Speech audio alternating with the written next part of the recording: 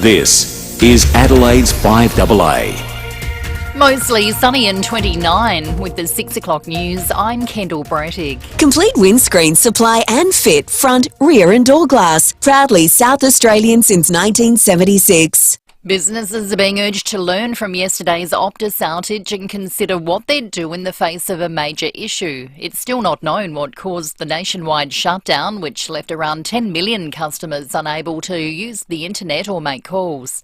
Engineering Australia's Jane McMaster says good risk management strategies are crucial. We have to put more effort than we used to in understanding the systems, the technology, and understanding how they might work under different scenarios. And it's that risk that I think we need to be paying more attention to at government, but also at the organisation level and as individuals as well. Industrial action returns to our public schools today. Teachers will take their ongoing campaign for better pay and working conditions to the steps of Parliament House, which means school closures. Just over 170 schools and preschools won't open, with more than 200 opting for a modified program. Year 12s doing their physics and accounting will still sit their exams today. Gastro's doing the rounds in SA. SA Health says cases have tripled in recent weeks, with hundreds of people reportedly being ill. They're urging us to stay home if we're unwell and try and stop the spread. Banks have passed on the Reserve Bank's latest rate hike to customers. Westpac, ANZ and NAB are raising their variable home loan interest rates by 0.25%. The official cash rate now sits at 4.35%.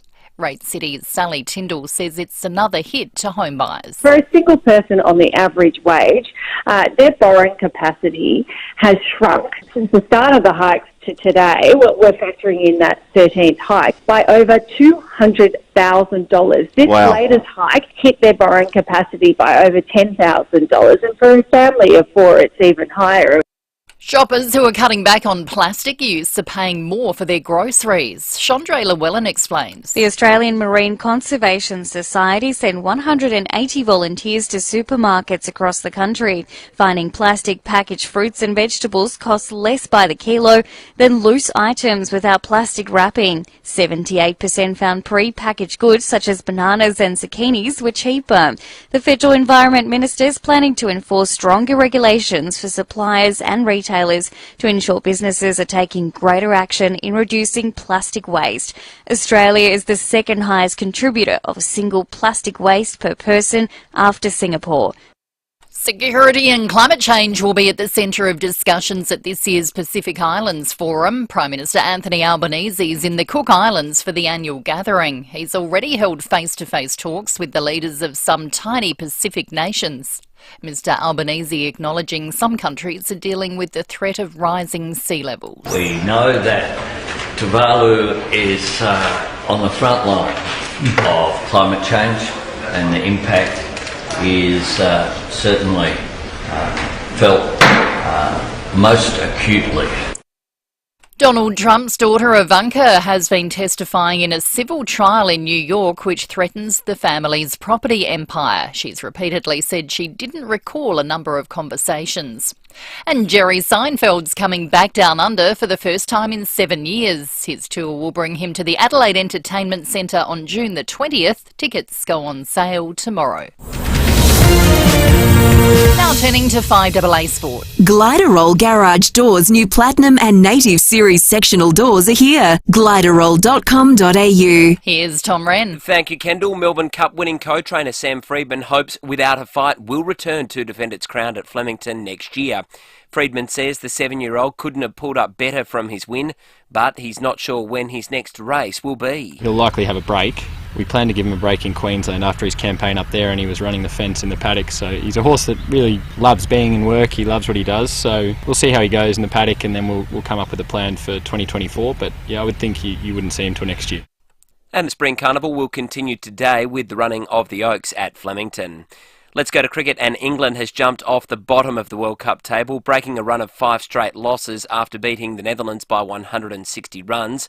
Ben Stokes was the main man for England, smashing 108 off just 84 balls.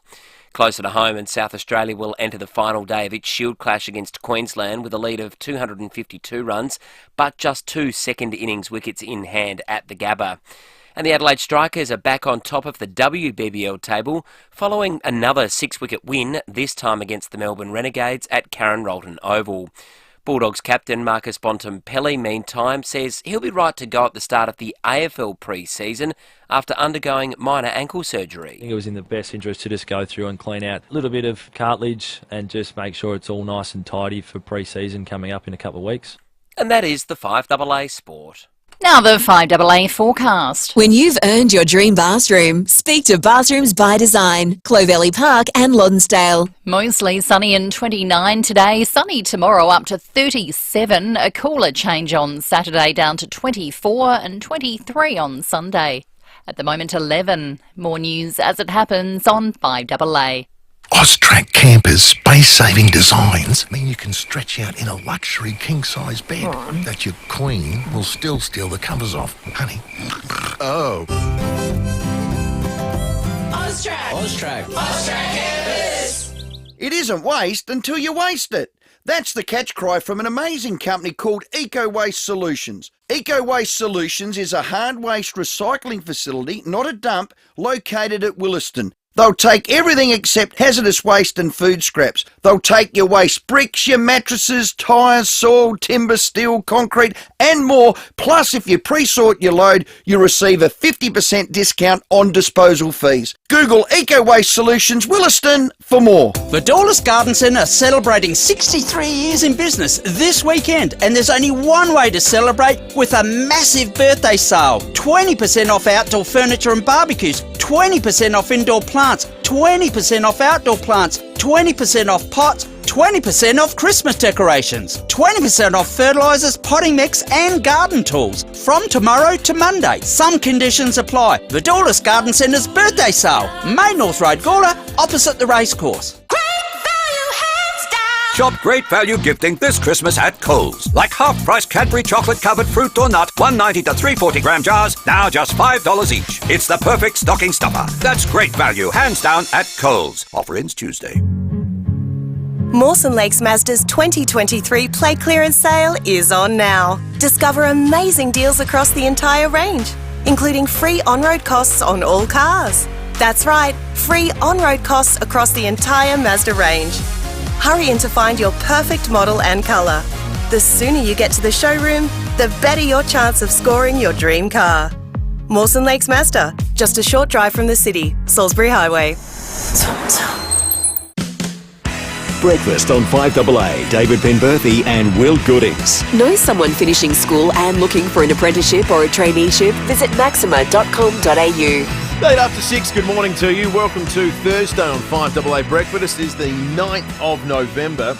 Coming up this hour, the first hour in the program this morning, we'll be chatting with Todd Lasance. He's the star of the new NCIS Sydney. This is actually really interesting because the subject matter of the first episode couldn't be more topical, because the launching pad for all this is AUKUS, and it's the investigation about what happens at an AUKUS ceremony between the United States and Australia here in Australia. NCIS filmed outside of the United States. Looking forward to talking about that after 6:30. Also, in the United States, Miley Hogan for Channel 7 has been watching every minute of the Donald Trump trial in New York. Really looking forward to getting a sense of what that has been like, because the little bits we get to see sound absolutely extraordinary. Also, it's a Thursday morning, so we will be dissecting spin. Out of 10, every time. Matt Abraham will be on the show after 7:30, and we have a Care Alert Smart Dialer to give away. Lots of great impromptu sound-offs from listeners over the course of the last few days. If you've got a sound-off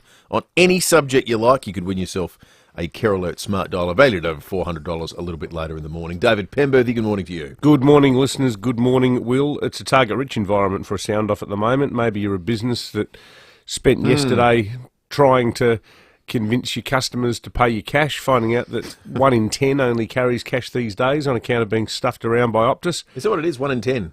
Oh, no, I just made that up. Oh, good. Okay. You had me convinced. Well, what do you think? How many people carry cash these days? 1 in 20? 1 in 10? 1 in 5? Well, I actually thought 1 in 10 was too few. Yeah, I think you're right. Not too many. But 1 in 5 people? Wouldn't be more than that. Yeah, 1 in 5 probably, I would guess. If you run a business, if you run like a coffee shop or something like that, you'd have a good handle on it. So let us know. True. What's your guess as to how many people these days carry cash. I haven't seen any hard data on it. You know what? If you apply that theory, thinking of you going to a petrol station or a coffee shop, 1 in 10 might be closer. Yeah, I reckon. Or indeed, if you go to your Foodland. When I go to my Foodland, if I think about it, it wouldn't be many more than 1 in 10 that actually pay in cash. Get your wallet out. Have you got any cash? No cash. No. No cash. I've got a business card for the Melt Pizza Bar. There you go. How'd they even end up with that? Oh, no, I was talking to Justin, the owner. Great bloke. Yeah, no cash. No, here, no money. No cash. Chopper. To quote the great Neville Bartos. Yeah, if someone works in business, well, I guess everyone found out yesterday, didn't they? They did a real-time version of this. What a pain. What a pain. And they've ruled out compensation. The CEO of Optus has said... They have had an absolute PR disaster. You know, so first up, no press conference. No, we're on this. I'm the CEO. I've called in the best people. Here's my tech guy. You know, this is what we're going to do. This is a hotline we're going to create using a different like-minded telco or something online. There's always a workaround with these things. There was always... So she goes on the ABC in Sydney only via WhatsApp, and I mean, this is a company that's had significant recent experience with hacking, but not that this was hacking. This was just, Nige and Sunjay and IT didn't plug something in properly. But this is my favourite thing. This is one of the funniest things I've read in a long time. How about this? This was a statement that they put out online somehow. Some services across fixed and mobile are now gradually being restored. This may take a few hours for all services to recover. Different services may restore at different sites over that time. We're aware of some mobile phones having issues connecting to AAA. If Optus customers need to call emergency services, we suggest finding a family member or neighbour with an alternative device. That's got to be the lowest point in the history of the business, doesn't it? Or any business. Imagine any business. Had you seen that? Yeah, I had. It's amazing, isn't it? Could you imagine any other business suggesting, sorry, we're not serving food today at McDonald's, but you might like to try the Hungry Jack's around the corner? Well, it's not so much that. It's more the idea that, so say let's take a fairly, non-hypothetical scenario. Say you're an old man having a heart attack, and you're at home, you're on the ground, you pick up your Optus mobile, you can't ring 000. What the CEO is saying there is, look, Bazza, 87, with a history of angina. We know you're having terrible chest pains, and we know you've never met your neighbours. But if you could just sort of crawl across the lino and introduce yourself to them for the very first time and ask to borrow their Telstra mobile, that'd be terrific. Well, it's worse than that, because what they're actually suggesting is that there's the poor old fella having the heart attack. He's once realising he can't make a 000, what he then does is sources access to the Optus statement that provides instructions about how he might ring 000. It says here I should talk to the neighbours. Hello, mate. I know we've never met before. I couldn't borrow your phone, could I? I'm having a heart attack. Absolutely embarrassing. That CEO, they should just walk her out the door, shouldn't Well, they? I think it's going to happen because did you read the Floptus. Look at that. Front page of the Times of Floptus. They think the 2022 data hack cost them about $1.2 billion in terms of the value of the brand. Not in terms of restitution, just the value of the brand. I'd love to know what this would cost them.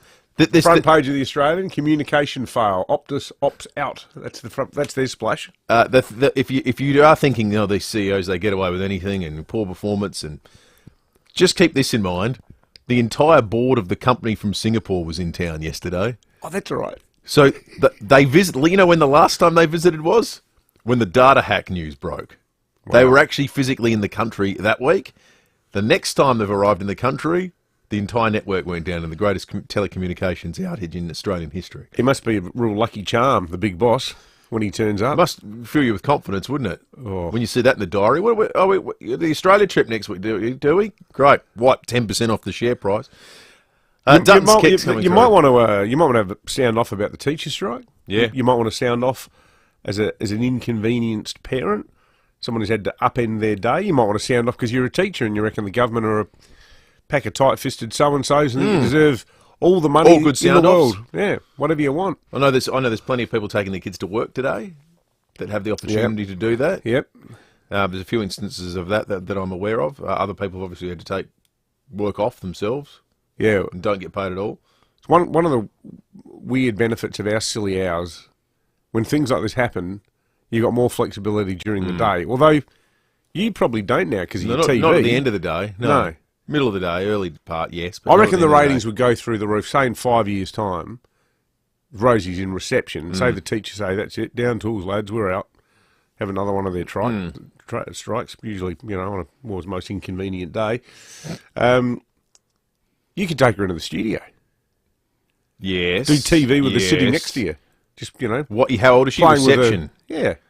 Just take some. My fear is at that point in time. Some Sylvanians in for her to play with. Those cute little animal things. I love them. My fear is that by reception age, it might become readily apparent that her reading ability is better than mine. That'd be my concern. Well, she's a goodings, mate. It's in the blood. 17 after 6. We'll get some news headlines for you next. To be the best carer you can be, sometimes you need a break. Southern Cross Care's respite cottages offer short-term care for older adults, including people with dementia. Our clients cook in the kitchen, garden in the veggie patch, and enjoy crafts, games and exercise.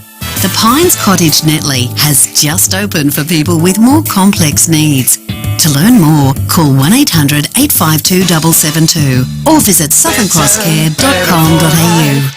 Australia's largest indoor caravan showroom now has even more to explore. Come into Dave Benson Caravans to see the new range of Victory caravans, plus a huge selection of Essential, Highline, Network RV and Cub campers with new features and layouts. We have over 100 new and pre-loved vans and campers, all undercover and all ready for immediate delivery, so you can enjoy your next getaway straight away. See what's available at Dave Benson Caravans, 64 Grand Junction Road, Kilburn, or online at davebensoncaravans.com.au. In tough times, it's the simple things that make a big difference. Like $17 schnitzel days at Birkenhead Tavern, Excelsior and the Lighthouse Wharf.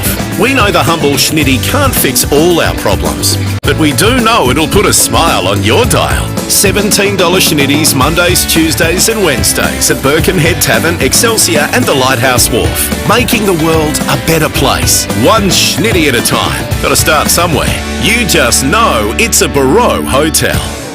Get the still power tool that you want at Garden Grove. Looking for still? We have a huge selection of power and garden tools for both the professional and home handy person. Come and explore our range from chainsaws to mowers, brush cutters and much more. Plus the added bonus of being a still service centre. Get the advice and service that you want. Garden Grove, Golden Grove Road, Golden Grove. Garden Grove, the garden that I Phone 8251 1111 for everything still. Open 7 days. FIVEAA Breakfast is streaming live right now. To watch, simply head to FIVEAA on Facebook or YouTube. Breakfast on 5AA. David Penberthy and Will Goodings. Jobs, apprenticeships, traineeships and careers. Maxima can help. Learn more today at maxima.com.au. 19 after 6 news headlines time on this Thursday morning. As we've been discussing, Optus is ruling out compensation for millions of customers after yesterday's mass mobile phone and internet outage. About 10 million customers, about 400,000 businesses in the end. The federal government's confirmed the nationwide outage was triggered by a fault in the provider's core network, whatever that means. Optus has yet to reveal the root cause. There's a rambling interview the CEO did with the Financial Review that needs to be read to be believed, which says, look, it's so complicated, there's no point trying to explain it. Thank you for that. How good's that? Thank you for that. That's funny, isn't it? Customers, we're not going to try to explain it. It'll just confuse you. We're doing this for your own good. To say we're a little bit confused about how the entire network can go down is an understatement. They did say this: customers who stay with the company will be offered a reward. Oh wow! I wonder if that reward like an endurance prize or something. Yeah, maybe that's certificate back on. I put up with Optus 2023. Get a T-shirt, maybe. Yeah, that would be something actually. I survived the 2023 Optus collapse. A 3-car crash at Murray Bridge North is under investigation. A Mazda sedan, Suzuki sedan and Mitsubishi Ute collided on Manham Road just after 5 last night. A 74-year-old man is in a serious but stable condition. A 33-year-old man was taken to hospital for precautionary scans, while a 25-year-old was uninjured and is assisting police. Genetic testing for 18 to 40-year-olds could help prevent thousands of deaths and cancer diagnoses.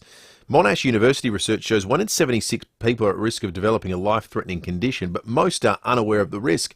Screening is now funded by the PBS, which could prevent 4,000 deaths. Police were called to a fight at Parafield Gardens High School at lunchtime yesterday. The school was in lockdown for a short period to ensure the safety of other students. Some involved in the fight received minor injuries. It was not a random incident. All people were known to each other. A 26-year-old man from Parafield Gardens, as well as 2 15-year-old boys from Mawson Lakes were arrested. Far out. A 26-year-old was doing in there. Yeah, 26. That's bizarre. They've been charged with aggravated affray, which is a charge you don't hear all that often, and aggravated assault. All have been bailed to front the youth court at a later date. The Breast Cancer Foundation is launching a bold new strategy to move the nation towards 0 deaths from the disease. $125 million is being dedicated to research projects over the next 5 years.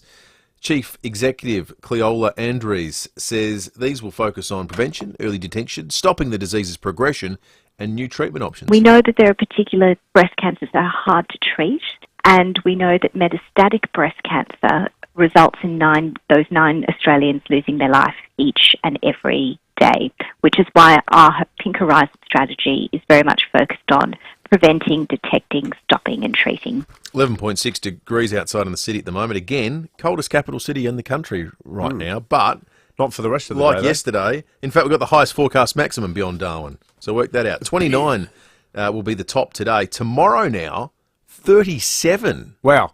So that's gone up overnight. Has it ever? The weekend's still coolish, 24 and 23. I mean, coolish by whose standards. Monday, 26. Tuesday, maybe a bit of rain on Tuesday with a change, 21. Wednesday, 23. So a mild middle part of next week, it does look like. The last 48 hours have just been stunning. And the reason it's so cool right now is the reason it's going to be so nice, or continue to be so nice. No cloud cover. Yeah. Not a cloud in the sky.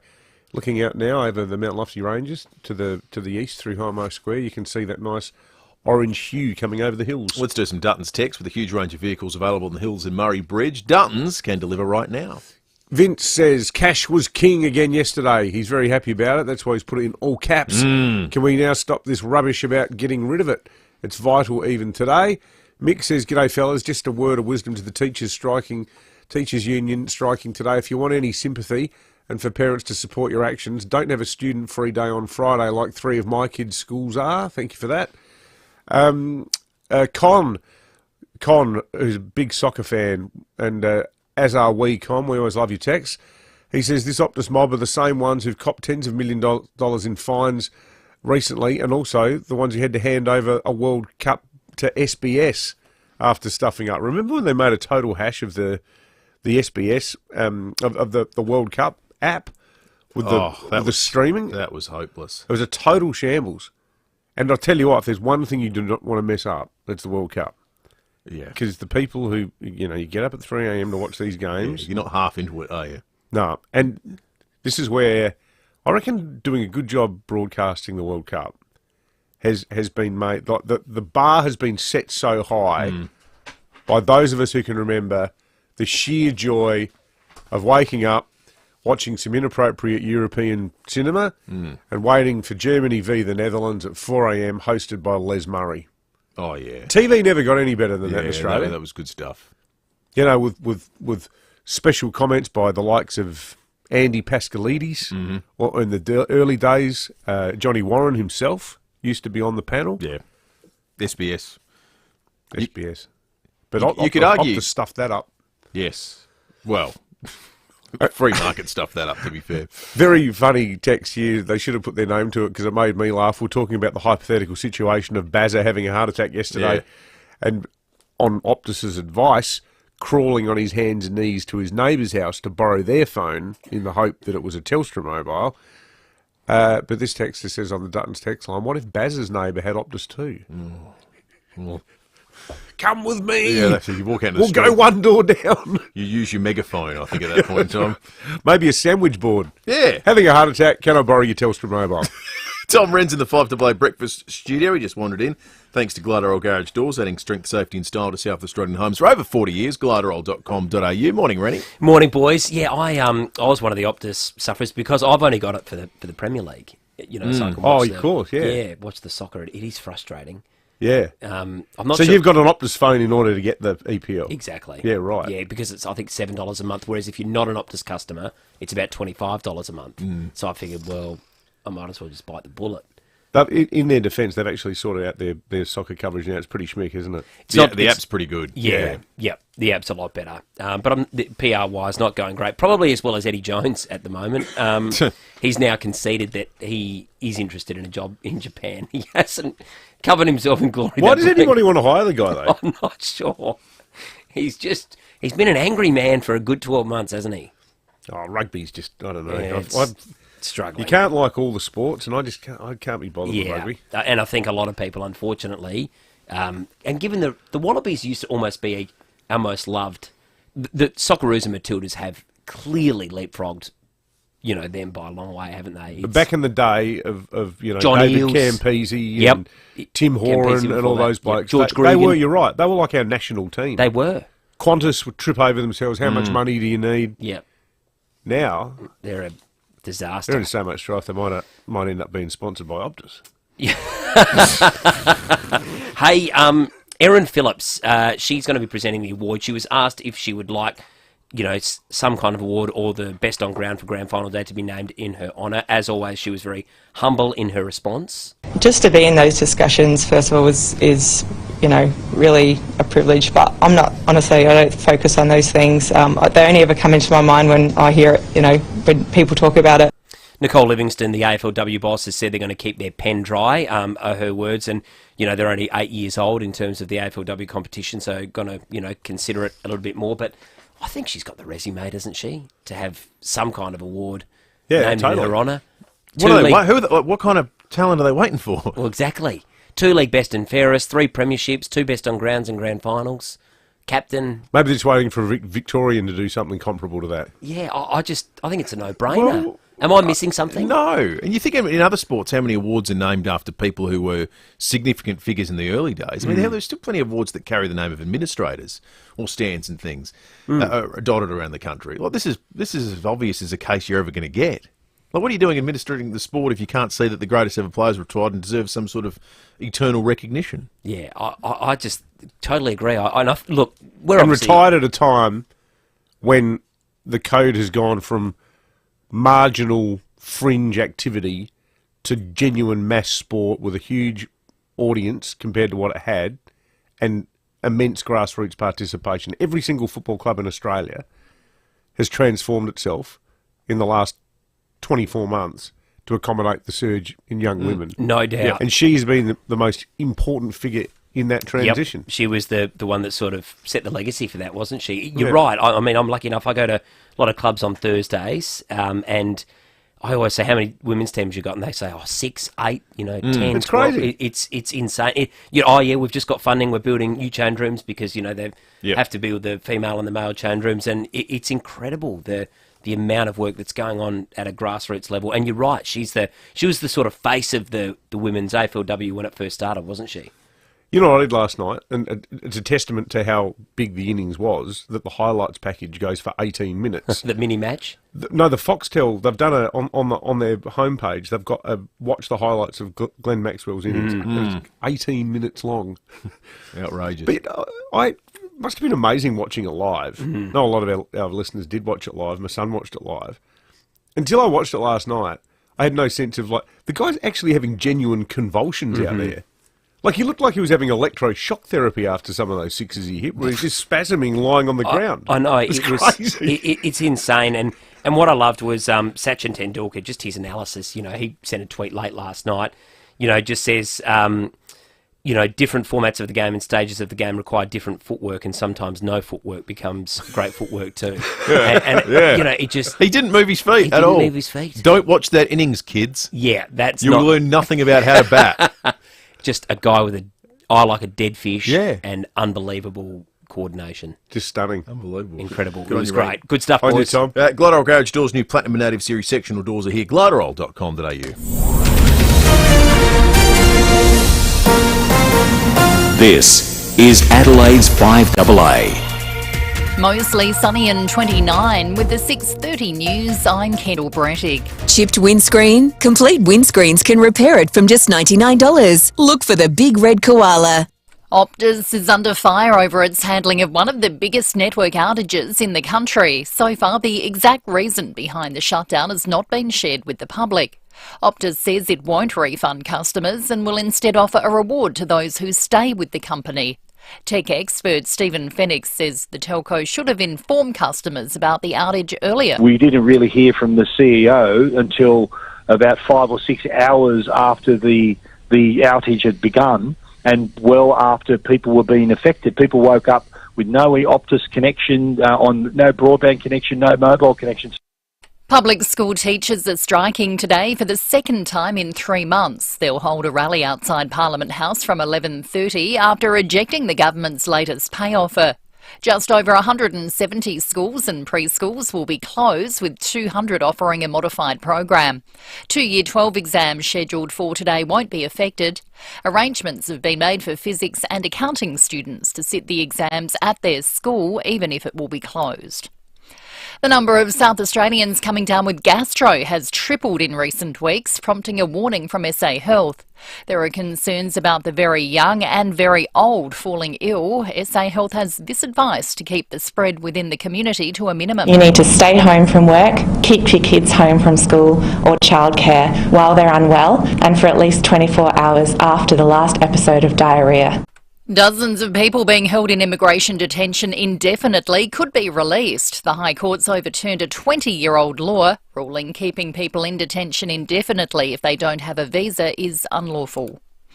A group of around 100 activists have rallied at the Port of Melbourne overnight, targeting Israeli-owned ships bound for Israel. More from Gail Watson. The protest, organised by a group called Trade Unionists for Palestine, converged on Webdock in Port Melbourne, staying for at least 8 hours overnight. Their target, Israeli shipping company Zim, which has been the target of protests worldwide for transporting weapons used by the Israeli military. At least one Zim truck retreated from the area as police formed a human chain across the road. The group say they're determined to disrupt the business-as-usual approach taken by the Australian government towards the situation in Gaza. Singer Paulini has been charged after allegedly being caught behind the wheel while unlicensed. She'll face court at the end of the month, charged with driving on a suspended licence. And country music's biggest night will get underway in a few hours, with Nashville playing host to the 57th Country Music Awards. Lauren Tomasi's there. Music City is turning it on as country music's biggest stars prepare to hit the stage in Nashville. The ceremony will be hosted for the second year by Luke Bryan and former footballer Peyton Manning, with the lineup of performers to include Morgan Wallen, Chris Stapleton, Luke Combs and Lainey Wilson, all of whom are nominated for Entertainer of the Year. Australian country great Keith Urban will also be taking to the stage among the presenters. Now turning to 5AA Sport. Gliderall Garage Doors, adding strength, safety and style to South Australian homes for over 40 years. Gliderall.com.au. Here's Tom Wren. Thank you, Kendall. A Ben Stokes century has helped steer England towards a 160-run victory over the Netherlands at the Cricket World Cup. England now sitting above the Dutch, Sri Lanka and Bangladesh on net run rate on the standings. Closer to home, and the Adelaide Strikers women have made it 4 wins in a row after beating the Melbourne Renegades by 6 wickets at home. That's in the WBBL. And the Redbacks will resume the final day of their Sheffield Shield clash against Queensland at 8 for 131, giving them an overall lead of 252 runs. Well, the AFLW has announced record attendance numbers for the home and away season as it launches the final series. General Manager of Women's Football, Nicole Livingston, says 234,000 people attended matches across the 10 rounds. The quality of the football this season has been some of the best football that we've seen in women's footy, and we've got an incredible final series ahead of us. And the final series kicks off on Saturday with Adelaide hosting Brisbane at Norwood Oval in a match starting at 2:35 p.m. Well, favourite Zardozi has drawn in Gate 6 for this afternoon's Kennedy Oaks over 2,500 metres at Flemington. James McDonald will ride the favourite, while Melbourne Cup-winning jockey Mark Zara isn't without hope himself. He's riding the third favourite, Athelflaed. And European Champions League action is on again for another morning with Socceroos keeper Matt Ryan in action for Copenhagen against Manchester United. That match has just kicked off. The Red Devils desperately need to win to keep their hopes of qualification alive, while Arsenal will host Sevilla. And that's the 5AA Sport. Now the 5AA forecast. When you've earned your dream bathroom, speak to Bathrooms by Design, Clovelly Park and Lonsdale. Mostly sunny and 29 today, sunny tomorrow up to 37, a cooler change on Saturday down to 24 and 23 for Sunday. At the moment 12. More news as it happens on 5AA. Breakfast on 5AA. David Penberthy and Will Goodings. Know someone finishing school and looking for an apprenticeship or a traineeship? Visit maxima.com.au. 25 to 7. Before 7 o'clock this morning, we're off to New York.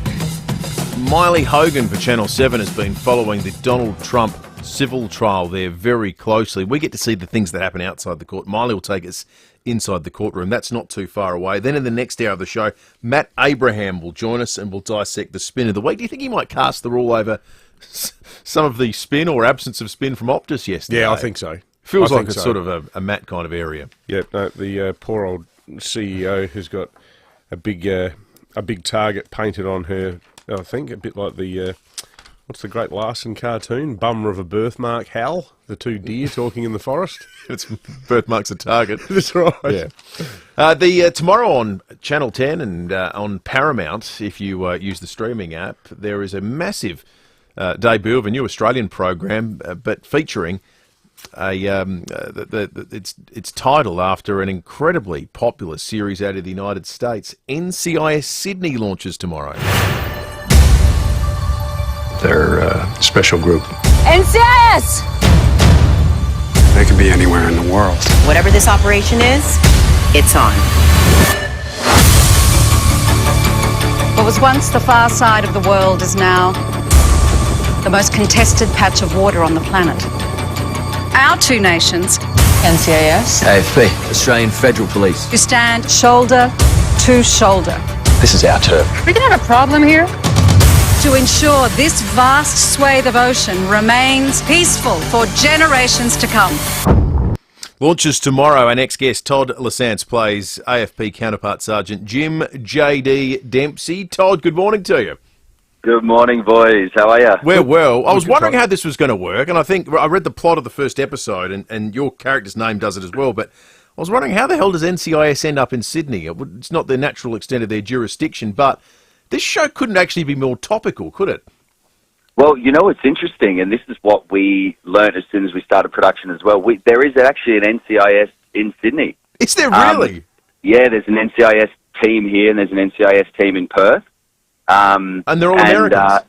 They're all American, and they actually came to visit our set multiple times, and we worked really closely with the agents, and we got to meet their teams and talk about their, a lot of their missions and what they're involved with here. So that's kind of the cool part, because we actually got to meet the people that we were sort of playing, and they're all US citizens, obviously, but they're fully based here. So we met their kids and their partners and everything. So for our Adelaide listeners, Todd, for people who've ever visited Sydney, like if you go round to the sort of northern end of King's Cross, there's that part at Woolloomooloo where there's often American warships sitting there. So it'd sort of be related to that, wouldn't it?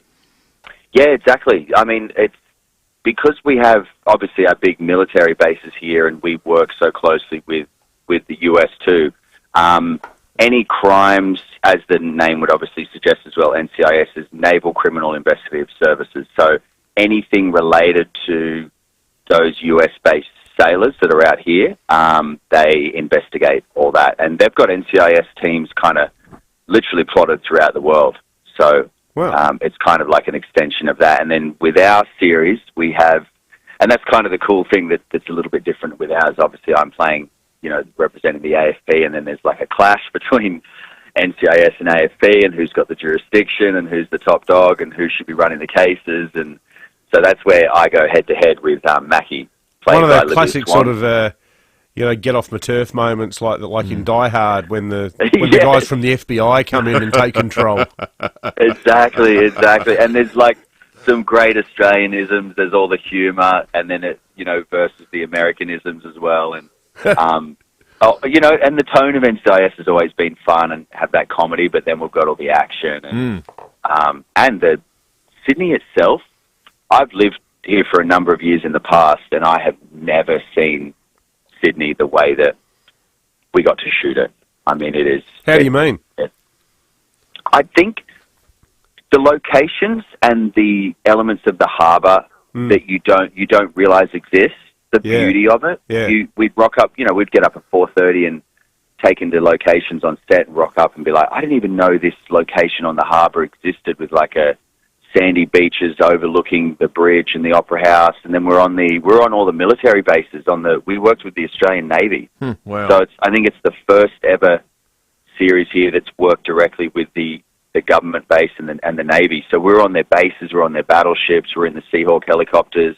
Well, did you go into some of those islands in the harbour? Because some of those islands have got all sorts of crazy secret stuff on them. Like, is it Goat Island? Has got like military stuff? Yeah. We didn't actually get to go on Goat Island, but we did the three main naval bases here. Yeah, right. We had to get all security clearances, and obviously working inside the choppers too. We have to get clearance on all the footage that we take because we're flying the choppers, and they can't have too much of their equipment on film. And it was next level. So even being part of that, sitting on the harbour, you're on a battleship, you're in the Seahawk helicopter, and you're looking across and you're looking at the harbour bridge, and it was like it was just surreal, Yeah. So we were lucky. The subject matter feels so contemporary. And it actually made me double check the date. When I saw that the first episode was focused around an AUKUS ceremony, I thought, well, hang on, this script can't have been knocking around. It wasn't like it's been knocking around for years. Or have things been tweaked in real time, Todd, to keep up with current events? Because some of it reads of it like it could have been written in the last 7 days. Yeah, well, the incredible thing is that once the idea was spawned, obviously that was quite a while ago, and then the process can move like snail's pace in the industry until it really kicks off, and then the writing team comes in with basically a team of 8 to 12 writers, and then they go in the writer's room and just start nutting the whole series out. So the AUKUS deal kind of aligned perfectly with the show, but was really actually just a piggyback, because there was obviously there's no real political reference in it afterwards. It's just how to set up the series in the sense that there's an association between having sailors here at that particular time for the AUKUS announcement, and then it diverts straight away. So it was really just kind of like a piggyback to have an excuse for obviously the sailors being in the harbour here. We're having a presence, the American presence in the harbour, and then obviously that's where we kick off the battle between me and the NCIS because it's my harbour, and then it's my jurisdiction as far as. How do we Australians come off, Todd? Because are we the foil for it's an American TV show? Are we the bad guys in this, or? No. We come off well, don't worry. And see, I'm a country boy in the show too, so he's the larrikin, and he's ribbing into the American, the NCIS team all the time and giving them crap, and he keeps them on their toes. So it's a great dynamic though, because once they start working and start hitting these cases, it flows. They've got this beautiful dynamic together, but then they don't let it up. A lot of series as well, they sort of like, here's your family, here's who you're going to go on the journey with. There's a little bit of tension in episode 1, and then they just sort of move on. They don't let up on this, which is what we love. So we really got to dive into that and keep going head to head on it, but then also find these beautiful moments where you see some vulnerability between them, and then the final episode goes on a complete other level that I don't think we've ever seen on NCIS before, which is great. Wow. So it's exciting. Yeah. Well, Todd, mate, great chatting to you. And do you reckon, could you put in a word for Adelaide? Because under the AUKUS deal, we're going to build all the nuclear powered submarines here. That's the plan. Oh, so you guys are handling that? Yeah, they're all going to be great. built down here just down the road here in Port Adelaide at Osborne. So, there's every chance in 10 years' time we could have to do NCIS Adelaide. I'll do a deal. If you guys plug the show and we can go for season 2, we'll get Adelaide in there. I think beautiful. Jim Dempsey comes to Adelaide to solve some, shipyard crimes. That's right. Totally. Good on you, Todd. Thanks, Todd. All right, thanks for having me. Cheers. Todd Lassance, the star of NCIS Sydney. What TV show should we base here in Adelaide? Oh, I like the idea of doing a series of Law and Order. Law and Order Adelaide. Episode 1 could be called Going Equipped, where they focus on Mariska Hargitay trying to crack an inner west copper theft racket, where people are having their hot water services taken apart at night in Cowandilla. That'd be good. Do you think the audience would tire quickly of a show where regularly heinous crimes are committed and then Dong. Then Law and Order. Tiny sentences are meted out? That's right. Outer southern suburbs meth labs tonight on Law and Order Adelaide. It'd be cool.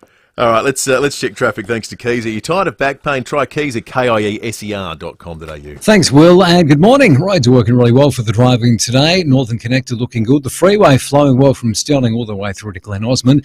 At Clovelly Park, however, night work's running a little bit behind schedule there. South Road at Dawes Road got speeds at 40 with 2 lanes closed. Sluggish around Salisbury for works too. Park Terrace near Paternoster Row, and look out for a camera at Military Road at West Beach. Solitaire Volkswagen is SA's largest Volkswagen dealership with unbeatable deals on new and demonstrator vehicles. Visit Solitaire Volkswagen, Hawthorn and Medindi, DL 65541. Adelaide's most accurate traffic on 5AA. We understand not all small businesses are the same. That's why Nissan Fleet offers tailored vehicle solutions for your unique business needs. With dedicated fleet managers available across Australia, we're your local fleet experts, providing quality advice, support and customer service for the entire life of your vehicle fleet. Visit your local Nissan dealer or search Nissan Fleet today and we'll find the right business solution for you. I was just doing my job. I didn't think I'd get injured. The doctor said it was a routine procedure? Right. The car came out of nowhere and it smashed right into us. At DBH Lawyers, we're here to listen to your story. Our team of local South Australian lawyers will help you navigate the law and find the best way forward. We're with you. We're for you. We're DBH Lawyers. dbh.com.au. Since 1982, our passionate teams at First National Real Estate have worked 10,400 days and around 582 million hours across Australia with one common goal: to always put you first. And we'll be here in Adelaide to help you on your journey to your happy place. Be it a tree change, a sea change, upsize, downsize, or finding that investment gem. First National Real Estate. We put you first. firstnational.com.au. City Discount Tires. For the best advice and price on tyres and mechanical, see City Discount Tires. With local deals on the world's biggest and best brands in tyres, wheels, suspension and parts for four-wheel drive, SUVs and passenger cars. Finance available. Find your nearest dealer at citydiscounttires.com.au. We're driven by value. City Discount Tires.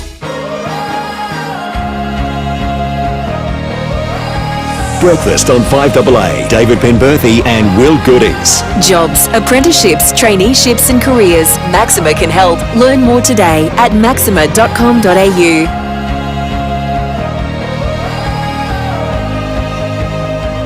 11 to 7, beautiful warm day ahead, albeit fairly cool start. Hannah Marsh has the details for us from the Weather Bureau. Hannah, good morning to you. Good morning, David and Will. Lovely looking forecast for the next couple of days, Hannah. But geez, it's going to be hotter than originally thought tomorrow by the sounds. Yeah, absolutely. But before we get there, we've had a minimum of 10.8 degrees. We're currently sitting on 13.2 degrees. There is a little bit of low cloud just on the other side of the ranges, but that won't affect us on this side. It will burn off pretty quickly, and we're looking at a mostly sunny 29 degrees today. But what you alluded to is, tomorrow we've got a maximum of 37 degrees there. It could even go a little bit higher, and we are looking at sunny conditions, but we do have a change that we're expecting to come through as we head towards the evening period. And so for Saturday, we're looking at partly cloudy 24 degrees and similarly 23 on Sunday. Excellent. What time what is there a rough estimate exactly tomorrow for, a rough estimate exactly, that's a weird sense. Have you got a vague sense as to what time the change is going to come? At this stage, we are looking around that 7 p.m. sort of time, but the winds could possibly go westerly earlier with a bit of a sea breeze. So there is a little bit of uncertainty around it, but definitely by evening we should be starting to see that temperature dropping. Beautiful stuff. Thank you, Hannah. Have a great weekend. All right, let's head to Safe Pulse. Senior Constable Peter Williams joins us. And Peter, there have been 3 separate motorists caught between 7 p.m. and midnight last night with a whole range of offences. Yeah, that's right. Buckle yourselves in and listen to this, and I don't know really what to say about these 3. They obviously clearly haven't been heeding the message that we've been putting out there. Just before 7 o'clock last night, emergency services were called to South Road near Royce Avenue at Croydon Park after reports of a collision between a silver Mazda sedan and a black Ford Mustang. It will be alleged the driver of the Mustang had been driving dangerously just prior to the collision before attempting to overtake the Mazda and colliding with the rear of it.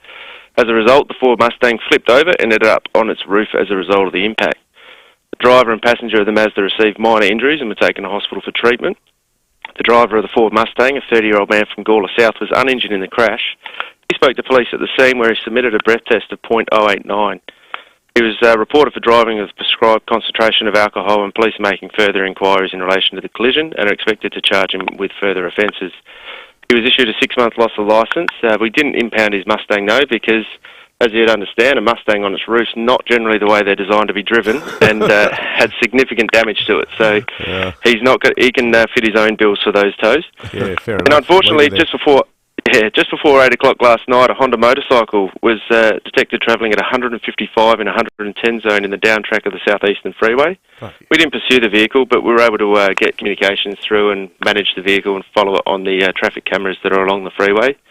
More disturbingly from that, though, it was observed travelling in excessive speeds of 100 kilometres an hour through the Hyson Tunnel, which ordinarily is within the speed limit, but overnight they were doing roadworks through there and the speed was reduced to 40 kilometres an hour.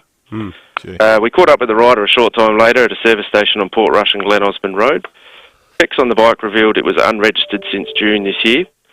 But the bad news was only just beginning for the rider, because his permit motorcycle licence had expired in October last year. He was then drug tested and returned a positive result to methamphetamine. He was then searched and found to be in possession of drugs suspected to be methamphetamine and fantasy.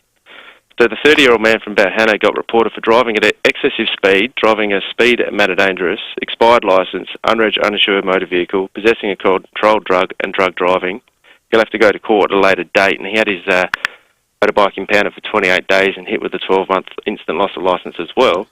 If those two weren't bad enough, then just before midnight, Polair was assisting in the suburb of Hilton looking for a stolen vehicle. While searching for that vehicle, they located another BMW sedan travelling at speed on Lavinia Street in Athol Park. They tracked the vehicle west on Grand Junction Road at speeds in excess of 120 kilometres an hour in a 60 zone. It was tracked to an Eagle Court Semaphore Park address where the driver dumped the vehicle and ran off. Polair managed to follow the driver, though, and directed ground patrols in, where they located the driver a short time later and arrested him. A search of his vehicle located an extendable baton in it as well, and checks on the driver revealed he held a probationary class licence. The driver, a 27-year-old man from Hendon, he was arrested and he's been charged with driving at extreme speed and carrying an offensive weapon. He'll go to court in December at Port Adelaide and had his vehicle impounded for 28 days. Not sure what to say about that, guys, but with their lives lost tally at the moment at 97. And people wonder why it's so high. People wonder why. I was reading your stats really closely yesterday because I've done my column about it for tomorrow for the Tizer P, and I feel like I've got to rewrite my column now hearing all that. Well, I just don't get it. Like these are grown adults, 30-year-old, a 27-year-old, and another 30-year-old driving in manners that just are very selfish and inexcusable and have zero consideration for anyone else on the road. So I think it's time everyone does sit down and talk to their family and loved ones and just say, look, can you afford to live without me?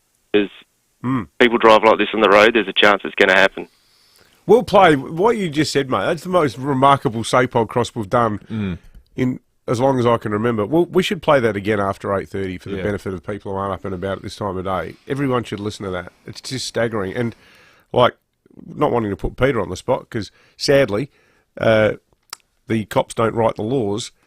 But can you tell me why, particularly half-wit number 2, the 155 kilometre an hour motorcyclist, who's clearly dealing drugs while speeding around Adelaide with his permit expired. Yeah, without a legal licence. Can you envisage any scenario under which that drongo should ever get his licence back? He should just be banned from driving forever. Some people are so brain dead that there should be a special clause of like, sorry mate, clearly driving's not for you. In the same way, if you're colourblind, you can't be a pilot. Well, if you're a complete card-carrying, irredeemable half-wit like this bloke and his other two chums, I'd actually throw them into the mix too. Maybe just driving's not for you. It's a failure of the system. We have to wait for these people to kill someone before that kind of thing is countenanced. How many of the 97 people dead in South Australia this year fit into that category, or conversely, are victims of people who fit into that category? I'd say a lot of them. Yep. We'll talk more about that after 7 o'clock this morning. In the meantime, we're off to the United States. New York is where we find Miley Hogan for 7 News, who I reckon this would be one of the most fun jobs to be following at the moment. She's been watching along and covering the Donald Trump trial that's going along in New York at the moment. Miley, good morning to you. Good morning, guys. I don't even know where to start with this. We get to see the stuff that happens outside the courtroom. Maybe you can take us inside the courtroom and just explain where this trial's at the moment, because it sounds like all the headlines have been about the combative exchanges between Donald Trump and the judge. Yeah, so 2 days ago I was over in New York for Trump's testimony, and I did go into the overflow room in there. It's where all the media from around the world are shoved in like sardines trying to get a look at this TV screen to see Donald Trump come up on and give his testimony. And to give you guys an idea about how much interest is in this, when I arrived the night before and went down to have a look at the courthouse, there's actually journos and producers who are camped out the front of the courthouse so they can get inside and get a seat inside that courtroom. So there are so many people that want to get in there. We were in that overflow room watching his testimony 2 days ago, and it was interesting to see him be so combative with the judge, sparring back and forth. At one point he put his hand up and said, "Excuse me," while the judge tried to interrupt him because he needed to be reprimanded for what he was saying on the stand. And he was also sparring back and forth with the Attorney General's office, the lawyers there, in his true Trump style, trying to get his point across. Now, he was keeping with that line of defence that this is a political witch hunt, a scam and a sham, bringing his campaign style into the courtroom with him, because he does stop outside the courtroom and give these rants about his opinions on the case. But of course it is very different, because inside the courtroom you have to remember he's under oath. Outside he's not. So it was interesting to see that he was repeating those same kind of messages in there. Now, moving forward today, it's Ivanka's turn to testify, and she's been up on the stand for a number of hours now, giving her answers to the questions as she's being pressed by lawyers from the Attorney General's office. As expected, again, she's been questioned about those financial documents that are at the centre of this case, and the judge overseeing the case has ruled those documents are fraudulent, and she has distanced herself from them, saying that she wasn't involved in those. But a key difference here, Ivanka is not a defendant in this case, unlike her brothers and her father. She's up there today as a witness to answer those questions. Originally, she was sued as part of this civil fraud suit, but that was later dismissed on appeal. So today, she is just a witness answering those questions. Fascinating. It's going to be a remarkable trial, and no doubt the poor old judge, he's going to be having the world's steepest uphill battle trying to get the ex-president to keep his trap shut about how it's all playing out. Great report, Miley. Thank you. Miley Hogan for 7 News in the United States. 5AA News is coming up. We'll take you through some of the big stories of the morning and overnight next. Selected AusTrack campers come with a wireless Bluetooth reverse camera, giving you a crystal clear view of everything behind you. Tommy, I see you with those chocky bickies. Put 5 of those back, please. AusTrack. AusTrack. AusTrack campers. For nearly 40 years, no one has done certified used cars quite like Steinborner Automotive, with dedicated yards including SA's best range of commercials loaded and ready to go, including SA's only dedicated small car and SUV centre, and SA's only large SUV and 4x4 centre suited for any lifestyle. Steinborner still also has the best range of Commodores, from ZBs to the collectibles. View all late model used vehicles at steinborner.com.au. Steinborner Automotive. It's well worth the trip. This week's half-price specials at Foodland. Men's fruit chocks 125 to 150 grams. Everyone's fave for just $2.75. Smith's thinly cut chips 175 grams. We're keeping prices thin, only $2.40. And Golden Circle fruit drink 1 litre. A refreshing golden deal, just $1.30. Till November 14th while stocks last. Great food lives here, Foodland, the mighty South Aussies, yeah. Gentlemen, wish you could sleep at night without getting up constantly to pee?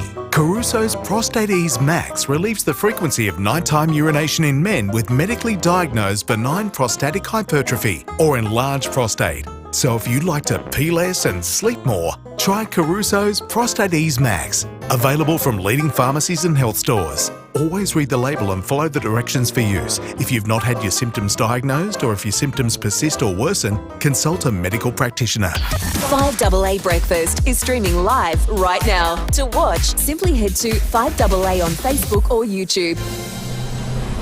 Online, on DAB Digital Radio, and on 1395 AM. Talking Adelaide. This is Adelaide's 5AA. Mostly sunny and 29. With the 7 o'clock news, I'm Kendall Brettick. Complete windscreen supply and fit, front, rear and door glass. Proudly South Australian since 1976. An independent review into the Optus outage has been ordered by the federal government to identify what caused the network to shut down. More than 10 million customers were affected. It's described as one of the biggest the nation's ever seen. The review will look at the lessons which can be learned and how telcos can improve the post-outage process. Communications Minister Michelle Rowland says there'll also be a focus on emergency calls, which were the greatest area of concern. The concerning area here was in terms of 000 calls, and that's why the regulator, the Australian Communications and Media Authority, is actually independently commencing an assessment into Optus's compliance with the rules around emergency calls. Teachers are striking today for the second time in 3 months. Mel Usher has details. Industrial action returns to public schools today. Teachers will take their long-running campaign for better pay and working conditions to Parliament House after rejecting the latest offer of a 9.5% pay rise over 3 years. Just over 170 schools and preschools will be closed, with more than 200 opting for a modified program. 2 Year 12 exams scheduled today will not be affected. The Education Minister says arrangements have been made for accounting and physics students to sit the exams on their school grounds, even if they're closed. A motorcyclist on meth has been caught speeding on the freeway. He was clocked doing 155 in a 110 zone on the down track at Bridgewater, and then at speeds in excess of 100 through the Hyson tunnels, where currently roadworks are occurring and the speed limit's 40. Police caught up with the rider at the servo at the bottom of the freeway. Checks on the bike's registration revealed it was unregistered since June, and the rider's licence had expired back in October 2022.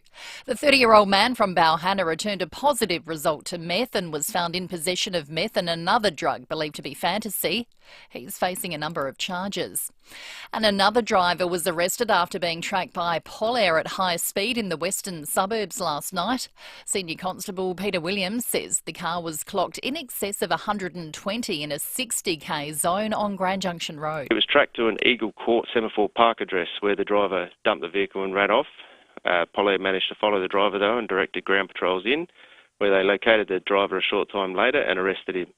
A search of his vehicle located an extendable baton in it as well, and checks on the driver revealed he held a probationary class licence.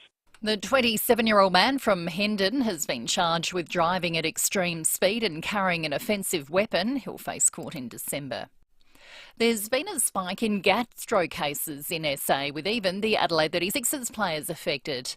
SA Health has confirmed cases have tripled in the past month. They say stay home if you're feeling unwell and practice good hygiene like washing your hands.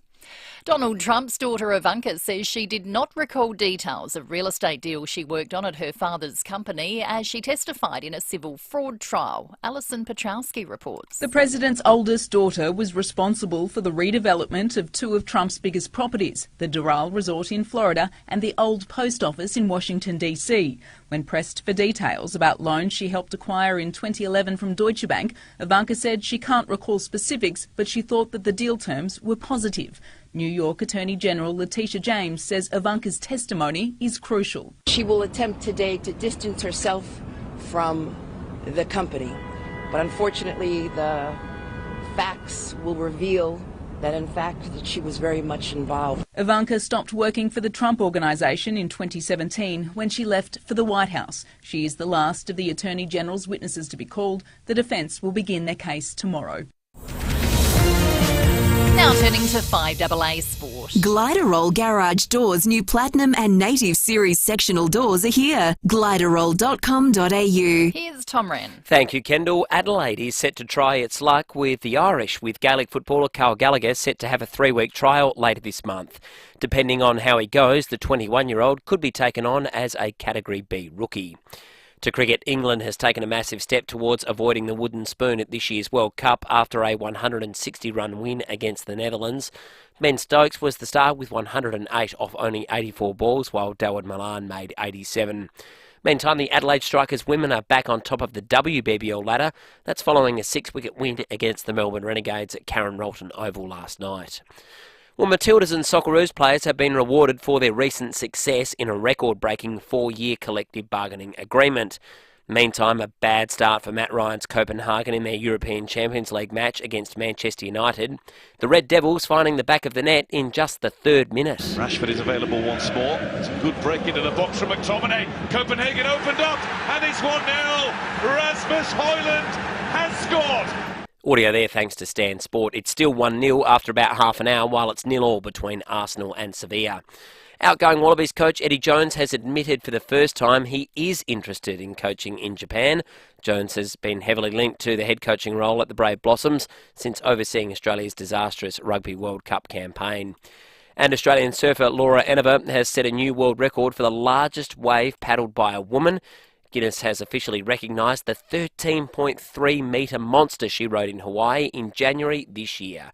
Crazy stuff, Kendall. That is the 5AA Sport. Now checking 5AA traffic. Reimagine your home, elevate your life at 88 O'Connell Street Luxury Apartments. See 88o'connell.com. Good morning. The major's looking good for the driving today. Anzac Highway flowing well into the city. The Porter Expressway also looking the goods. Do have a few delays at Clovelly Park. Night work running behind schedule there. South Road at Dawes Road got speeds at 40 with 2 lanes closed. And it is slow at Torrensville South Road near Ashwin Parade. Early morning cameras today. Military Road West Beach and Port Road at Cheltenham. The King end of year sale is on now. Save up to 50% on in-stock furniture designs ready for delivery before Christmas while stocks last. Visit the King Living Keswick showroom today.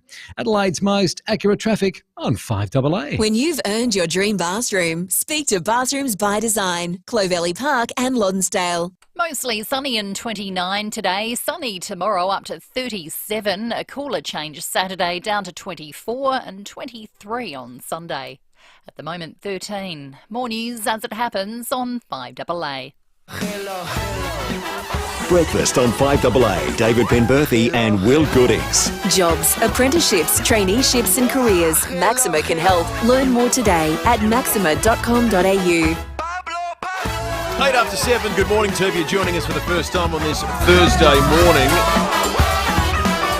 Bit of a hodgepodge around Adelaide homes, I imagine, today, based on whether your children's schools are open or closed, what the arrangements are that you've had to make are. We'd love to hear from some parents on the program this morning, or indeed we extend the invitation to teachers striking happily or under grievance. 8223 0000 is the number. We're going to talk about that a little bit more shortly. You can text us, of course, as well on the Duttons text line with a huge range of vehicles available in the hills and Murray Bridge. Duttons can deliver right now. I'm still reeling from our SAPOL chat with Pete Williams before. Unbelievable what was going on our roads last night. That should become a big story in town today. I reckon people have had an absolute gutful of this. And, you know, we're just seeing the bodies pile up. Like 97 people dead and in so many different categories. Older people, massively overrepresented. 50 to 59-year-olds, there's been a 300% increase in the death rate this year. It's gone from 4 to 16 people in less than 12 months. But the other thing too that's often glossed over, dying on the roads is overwhelmingly a male endeavour. You know, I know that statistically there are more men than women driving. You know, the nature of work that a lot of men do, being tradies and truckies and all of that, bumps it up. But the statistical anomaly between men and women, that alone does not explain why blokes die on the roads and injure themselves on the roads by a factor of more than 3 to 1 against women. And a big part of it is blokes acting like these 3 blokes we just heard about. You know, guys who just regard a vehicle as an extension of their masculinity and get out going, get out of my way, I'll drive as fast as I want. It's just ridiculous. And as we've said repeatedly, if you're the kind of person that says, I'm going to jump in a car and drive it without a licence, and I'm going to do so whilst over the legal blood alcohol limit, and I'm going to do it whilst selling drugs, and I'm going to do it with an illegal weapon in the car, that's probably not the limit of your offending. No, it's part of the pattern. You're a habitual antisocial scumbag. So when we get access to these sorts of people, I think the state should act. I think we should all act a lot more than we do. I was thinking about this yesterday. I started, you go down these weird wormholes when you're reading stuff online. Do you know how many people have been killed by sharks? Okay, so we know that 97 people have been killed on our roads this year. Do you know how many people have been killed in South Australia by sharks since the modern incarnation of South Australia post 1836? No, I would have a clue. Have a guess. 100? 22. So more people have died in the last 3 months on the roads than have died since, what are we, almost up to 175 years of the history of the state. Now, if you're suggesting we start culling bad drivers, I'm here for it. I'm not suggesting. What I'm saying is that when that poor bugger got taken by the Great White last week, it's page 1 of the paper for 2 days. We're doing live crosses to the Eyre Peninsula. We're talking to people who were there. We're trying to get witness accounts. 7 News is all over it. Then we had people coming on and on the Duttons text line with suggestions as to, is it time to actually do something about these sharks? Do we need netting? Is there some sort of better alarm system you can have? People die on the roads almost well, definitely every week, sometimes 3 times a week. I think there were 3 deaths last week. And by 5 to 7, everyone's cracking jokes and entering Meat Tray Friday again. And we've moved on. The caravan's moved on. 7 News is doing some schmaltzy story about a cat stuck up a tree. Everyone goes back to eating their dinner. It's amazing. And you're more likely to die from this than anything else. Susie on the Duttons text line, I think, hits on the key point here, and it's a theme so often in these stories we hear in the 640 St. Paul Cross. Susie says, David, well, please read this out when you're talking about the road toll. It seems that taking away someone's licence doesn't prevent them from driving. How many of these problem drivers are reported as drinking, unlicensed, on top of all their other misdemeanours? Thanks for your show. Susie's spot on. It's always mentioned as the punishment, or that we've cancelled the person's licence. Well, half the time the person doesn't even have a licence. These people don't care. That needs to be a greater offence. Well, I agree, and you know, I think our politicians need to get involved in this, because the politicians are there to reflect public opinion. That's what politics is all about. This is what people think and say. So you go to Parliament and do something about it. Well, and there's another text without a name on it. Says the person who dies in a car accident isn't always the one who caused it. Well, this is the great tragedy and injustice, isn't it? Totally. Because it's someone who's probably always had a licence, probably someone that's never had a drug in their system, who's never drunk drive in their life, who gets killed because of one of these idiots, who end up doing it in totally foreseeable circumstances. Do you know why? Because they've done it countless times before. Yeah. Yep. We'll talk more about that over the course of the morning. Taking your calls, of course, 218-223-0000 and text on the Duttons text line. All right, let's jump into some of the news headlines this morning, starting with the fallout from the Optus outage yesterday. 14 hours it lasted for. In the end, 10 million customers affected. 400,000 businesses were affected right across the country yesterday. I mean, in Victoria, they couldn't even get the trains running because of the outage.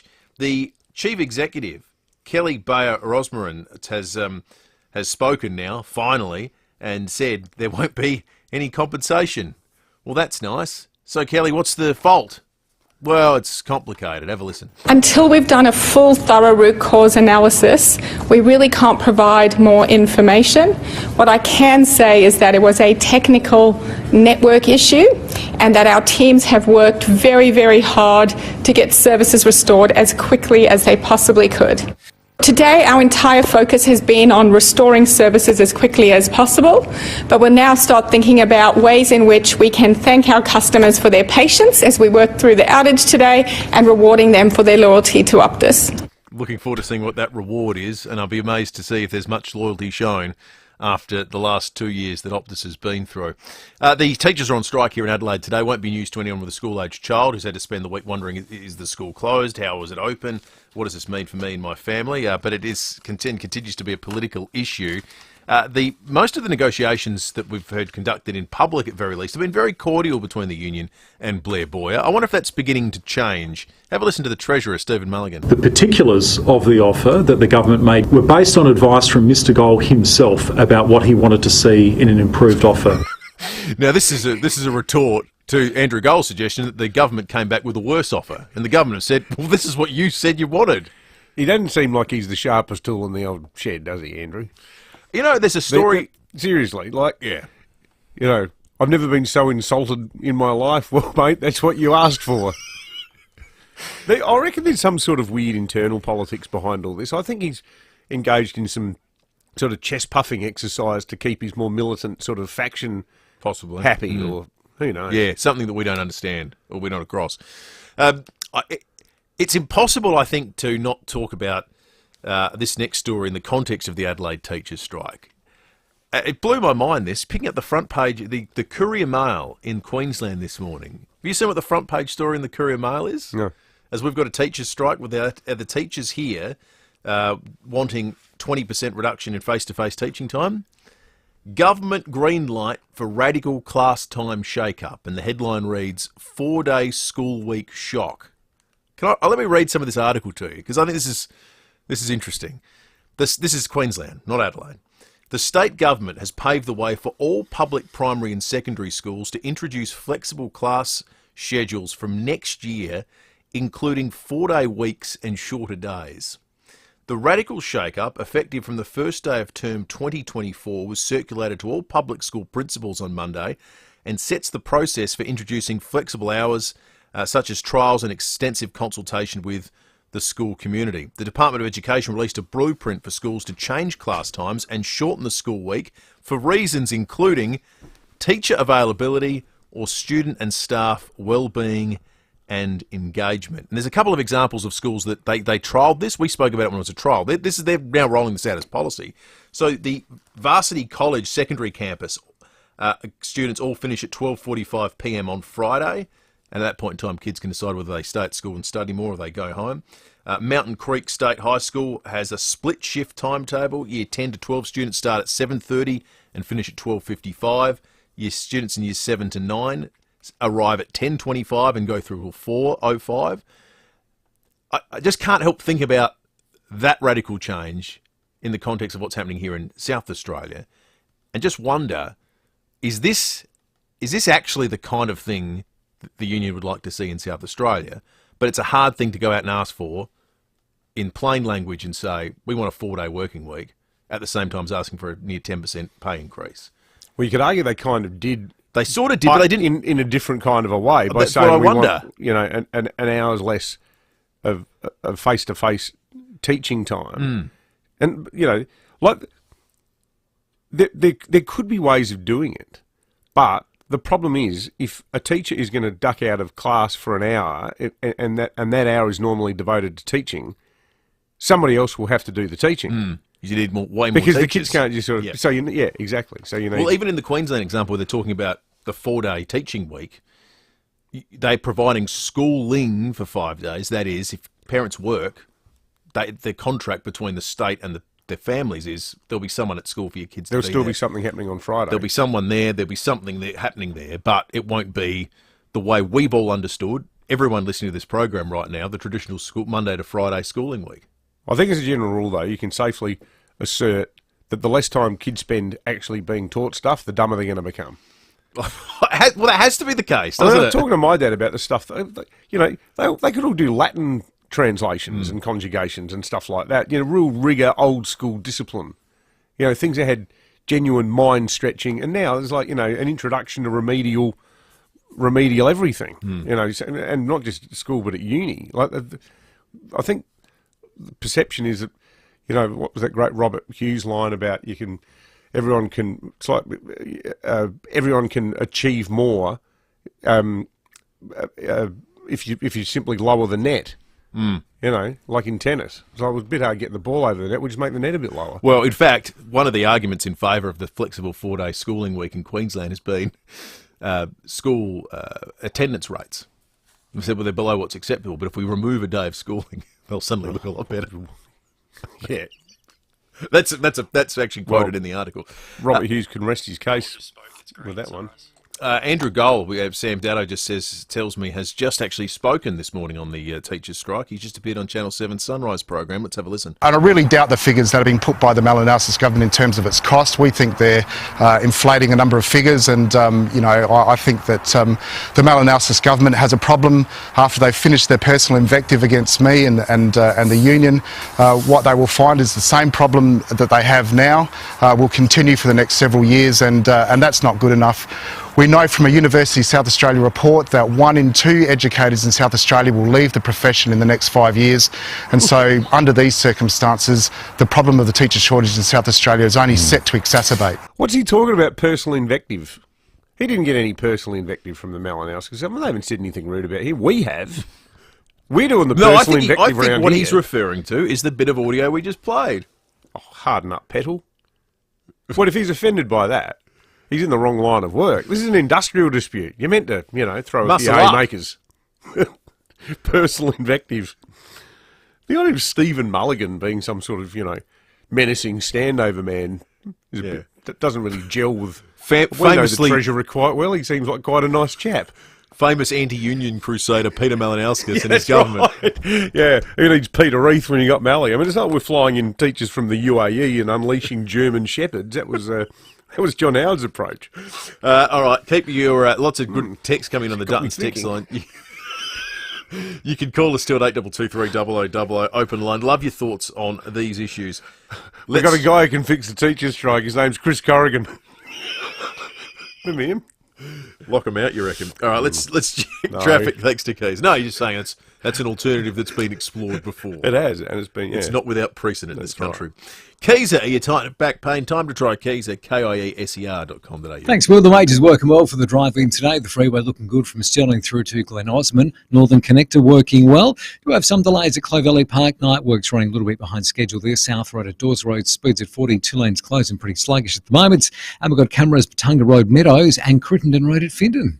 Get huge savings this Black Friday at Barbecues Galore. Save up to 50% on barbecues, outdoor furniture, accessories, backyard essentials and more. Visit in-store or online now. Adelaide's most accurate traffic on 5AA. 5AA Mornings with Matthew Pantelis. Well, let's have a look at how the Optus outage is affecting businesses around the place. Andrew Kay, CEO of Business SA on the line. It's times like these that show us just how significantly dependent we are on the internet. Weekday mornings from 9. If there is anything to take or learn from it, there's this opportunity to think about what would you do as a business if you had all your connectivity shut down. On 1395, Adelaide's 5AA. Shop great value gifting this Christmas at Coles. Like half-price Cadbury chocolate-covered fruit or nut, $1.90 to 340-gram jars, now just $5 each. It's the perfect stocking stuffer. That's great value, hands down, at Coles. Offer ends Tuesday. Since 1982, our passionate teams at First National Real Estate have worked 10,400 days and around 582 million hours across Australia with one common goal: to always put you first.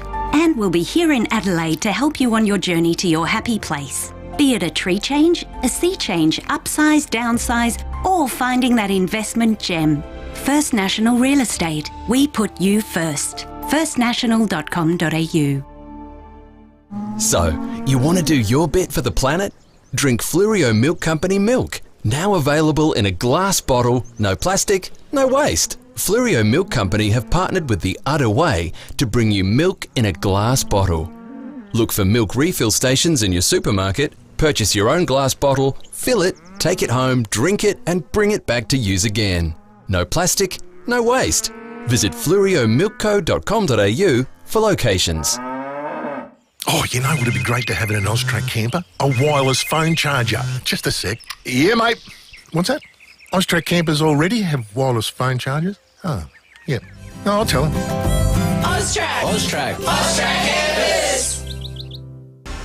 Rosanna Mangiarelli here from 7 News. Join me and Will Goodings for Adelaide's leading news hour, 7 News, tonight at 6 o'clock. Breakfast on 5AA. David Penberthy and Will Goodings. Know someone finishing school and looking for an apprenticeship or a traineeship? Visit maxima.com.au. 25 after 7, Matt Abraham is not too far away. Last night in the Sport Show, you can imagine what the top sports story was. Rowie and Timmy G were talking about Glenn Maxwell's innings against Afghanistan. I think at every sporting forum of conversation for the last 24 hours on planet Earth, that was probably mentioned. $17 Shinity Monday to Wednesday at the Birkenhead Tavern, Excelsior and Lighthouse Wharf. You just know it's a Barrow Hotel. Everybody here's on their feet. And Maxwell hits it high! Can it make it? It does make it! Glenn Maxwell! Unbelievable! The most remarkable thing you'll probably ever see in cricket. Unbelievable 128-ball knock, 201 runs. There's 6-minute highlight reel of it. When Cummins come to the crease, Maxwell's on 22. I think he was 30 off 34, 60 off 60. He was 132 when cramps set in. And I mean full body cramps. Couldn't move his legs. Did not move his legs for that next to get to 201. It was unbelievable. This is what I think. Glenn Maxwell can drink as many long necks, tumble off as many golf buggies as he likes if he bats like that. That is a once-in-a-generation knock. So, kids, if you're there and you go to cricket training tonight and the coach says, mate, you've got to get your footwork right. You've got to get your front foot to the pitch of the ball and you've got to, you've got to do all these things with your legs. No. You know what you need? An eye like a dead fish. And that's what he's got. His hand-eye coordination was nothing short of unbelievable. It was utterly ludicrous. He looks like the batsman in the game Test Match. You know the game Test Match where you've got the plastic men on the green felt board. He was batting like the batsman in Test Match. He's just standing there, just doing all the shots without moving his legs. It reminded me of is when you play junior cricket and there'll be a kid that's a bit more developed, that's bigger than everyone else. He's got no real technique, but because every kid's just sort of barely getting it down towards the stumps and he's big and strong enough, he can just sort of stand there with, almost playing baseball shots. Oh, yeah. And hit 5, 6s. More broadly, though, this series, this World Cup has been absolutely stunning. The Indian crowds have been just fantastic. The atmosphere at that game, rewatching the highlights package last night, was just off the charts. Maxwell's clearly got a huge following in India. Begs the question, why did everybody fall out of love with the 50-over game? There's been so many great games in this tournament. Yeah, Australia, New Zealand. Yeah, why is T20 suddenly such a big deal? What proper old-fashioned 1980s style one-day cricket is brilliant. It was a better approximation of proper cricket. It required actually to bowl good balls. Yep. Like 2020 lost me the moment they were like, "That's a terrific delivery." The wide full toss. Oh yeah. I went, okay, cool. I'm not watching cricket anymore. No, it's just this is garbage. Crap. But this is genuinely excellent. Yeah. The finals are going to be great. But people tell the story. Crowds tell the story. That's what people don't want it. Well, it's easier taking your young kids to something that goes for 3 hours as opposed to something that goes for 8. That's true. So there's that too. Yeah. But it's inferior product. I think so. But we're howling into the wind on that one, I think. $70 Shinity Monday to Wednesday at the Birkenhead Tavern, Excelsior and Lighthouse Wharf. You just know it's a Barrow Hotel. The Dawless Garden Centre are celebrating 63 years in business this weekend, and there's only one way to celebrate, with a massive birthday sale. 20% off outdoor furniture and barbecues, 20% off indoor plants, 20% off outdoor plants, 20% off pots, 20% off Christmas decorations, 20% off fertilisers, potting mix and garden tools from tomorrow to Monday. Some conditions apply. Vidorlis Garden Centre's birthday sale, May North Road, Gawler, opposite the racecourse. We understand not all small businesses are the same. That's why Nissan Fleet offers tailored vehicle solutions for your unique business needs. With dedicated fleet managers available across Australia, we're your local fleet experts, providing quality advice, support and customer service for the entire life of your vehicle fleet. Visit your local Nissan dealer or search Nissan Fleet today and we'll find the right business solution for you.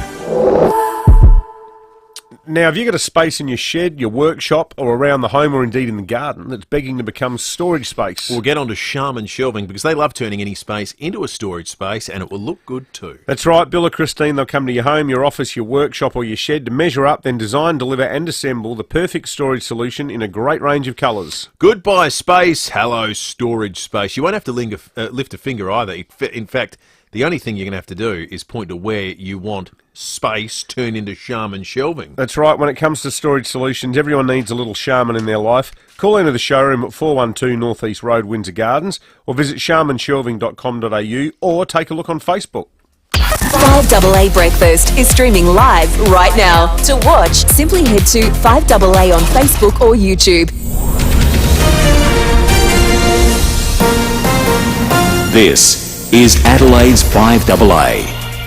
Mostly sunny and 29 with the 7:30 news. I'm Kendall Brettig. Chipped windscreen? Complete Windscreens can repair it from just $99. Look for the big red koala.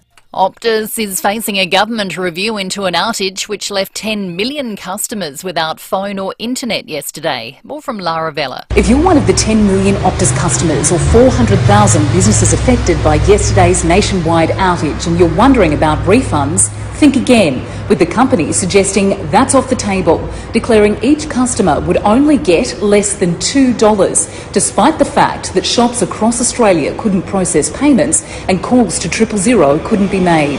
The CEO is facing mounting pressure over her lack of explanation, with the share price tumbling yesterday by 5%. Meanwhile, Telstra shares ended in the green. In the meantime, the government has confirmed they will launch a review.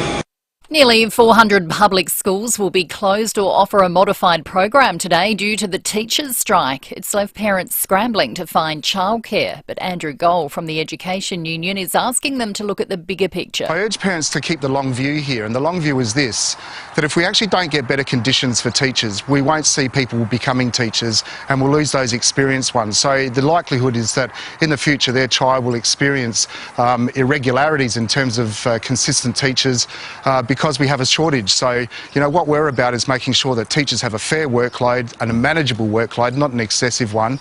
Year 12 exams will go ahead today as scheduled. Police are investigating an attempted ram raid at St Agnes early this morning. They were called to a shopping centre on North East Road around 2 after a vehicle reversed into the southern entrance. No entry was gained though and the vehicle drove off, leaving behind part of its tail lights. NAB, Westpac and ANZ are passing on the RBA's interest rate rise. From next Friday, home loans will increase by 0.25% at NAB and ANZ, while the changes will apply to Westpac customers from November 21st. The cash rate now sits at 4.35%. The Prime Minister's in the Cook Islands for the Pacific Islands Forum, where security and climate are among the issues on the agenda. Anthony Albanese is attending the annual gathering in a bid to boost Australia's influence in the region. We are committed to delivering on your priorities, including supporting Kiribasa's acquisition of a second patrol boat, because we understand that our region's security is something that we need to look after in the Pacific family. Shoppers who are cutting back on plastic are paying more for their groceries. Chandra Llewellyn reports. The Australian Marine Conservation Society sent 180 volunteers to supermarkets across the country, finding plastic packaged fruits and vegetables cost less by the kilo than loose items without plastic wrapping. 78% found pre-packaged goods such as bananas and zucchinis were cheaper. The Federal Environment Minister is planning to enforce stronger regulations for suppliers and retailers retailers to ensure businesses are taking greater action in reducing plastic waste. Australia is the second highest contributor of single plastic waste per person after Singapore. And Saturn's iconic rings are disappearing. NASA says the famous rings will disappear from the view of stargazers in less than 18 months. The gas giant's hoops will merge into an almost invisible line and won't be seen again until 2032. The equinox event happens every 15 years. Now turning to 5AA Sport. Gliderol Garage Doors, adding strength, safety and style to South Australian homes for over 40 years. Gliderol.com.au. Here's Tom Wren. Thank you, Kendall. England may avoid the wooden spoon at this year's Cricket World Cup after all, after a 160-run win against the Netherlands. Ben Stokes was the star with 108 off only 84 balls and was named Player of the Match. In the WBBL, the Adelaide Strikers are top again after a 6-wicket win against the Melbourne Renegades, while the Sydney Sixers' impressive tournament continued after a last-ball win against the Melbourne Stars. Let's go to soccer. Sydney FC players are still coming to terms with the sacking of coach Steve Corica. The Sky Blues legend has paid the price for a disastrous start to the new A-League men's season. Goalkeeper Andrew Redmayne says it came as a shock to the playing group. It was a hell of a day yesterday, incredibly sad day. Steve Corica has his fingerprints on every piece of silverware at that club, so I'm still kind of processing the news. Let's go overseas. Arsenal's taken the lead in its European Champions League clash against SEVILLA with a well-worked goal, giving them the lead. That's a lovely ball for Saka, and this time it must be Trossard. Well, they've been knocking heavily on the door, and they finally found a way through. Yeah, nice call, that audio, thanks to Stan Sport. It's still 1-0 at half-time, but Manchester United's night is quickly turning into a disaster. Taking on Matt Ryan's Copenhagen, the Red Devils led 2-0, but then had Marcus Rashford controversially sent off, and it's now 2-2 at half-time. And that's the 5AA Sport. Now to the traffic. Reimagine your home, elevate your life at 88 O'Connell Street Luxury Apartments. See 88o'connell.com. Good morning. Roads are working really well for the driving today. The freeway accident breakdown free. The Northern Connector looking the good. Shouldn't have too many dramas, which is nice. Do have some lanes closed at Salisbury this morning. That's for Works, Park Terrace and Paternoster Road, speeds at 25. And sluggish for Works at Modderbury North at the moment, McIntyre Road near Milne Road. You'll find early morning cameras, Military Road, West Beach and Port Road at Cheltenham. Don't miss your opportunity for an exceptional offer on a new Audi. The Audi Open House Sale event ends November 30 at your preferred Audi dealer. T's and C's apply. Adelaide's most accurate traffic on 5AA. When you've earned your dream bathroom, speak to Bathrooms by Design, Clovelly Park and Lonsdale. Mostly sunny and 29 today, up to 37 tomorrow. A cooler change on Saturday, down to 24 and 23 for Sunday. At the moment, 15. More news as it happens on 5AA.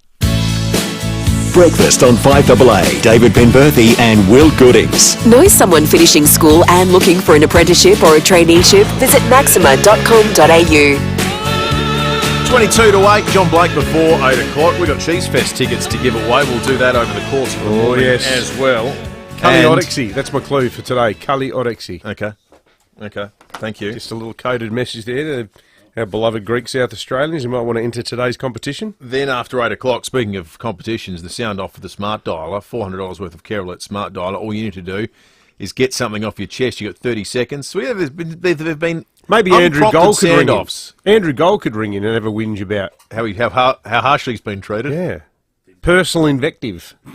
All this personal invective being directed his way by the hard man of politics, Stephen Mulligan. Matt Abraham's in the studio with us, thanks to Mitre 10. Out of 10, every time. Friendly service, expert advice, quality brands at great prices. That's mighty helpful, Mitre 10. Morning to you, Matt. Morning, Will. Good morning, David. Hey, I'd like to congratulate the state government. I think this government and the previous government. Can I do that? Yeah, I know sure. It breaks a tradition of a lifetime, but they have saved the purple-spotted gudgeon.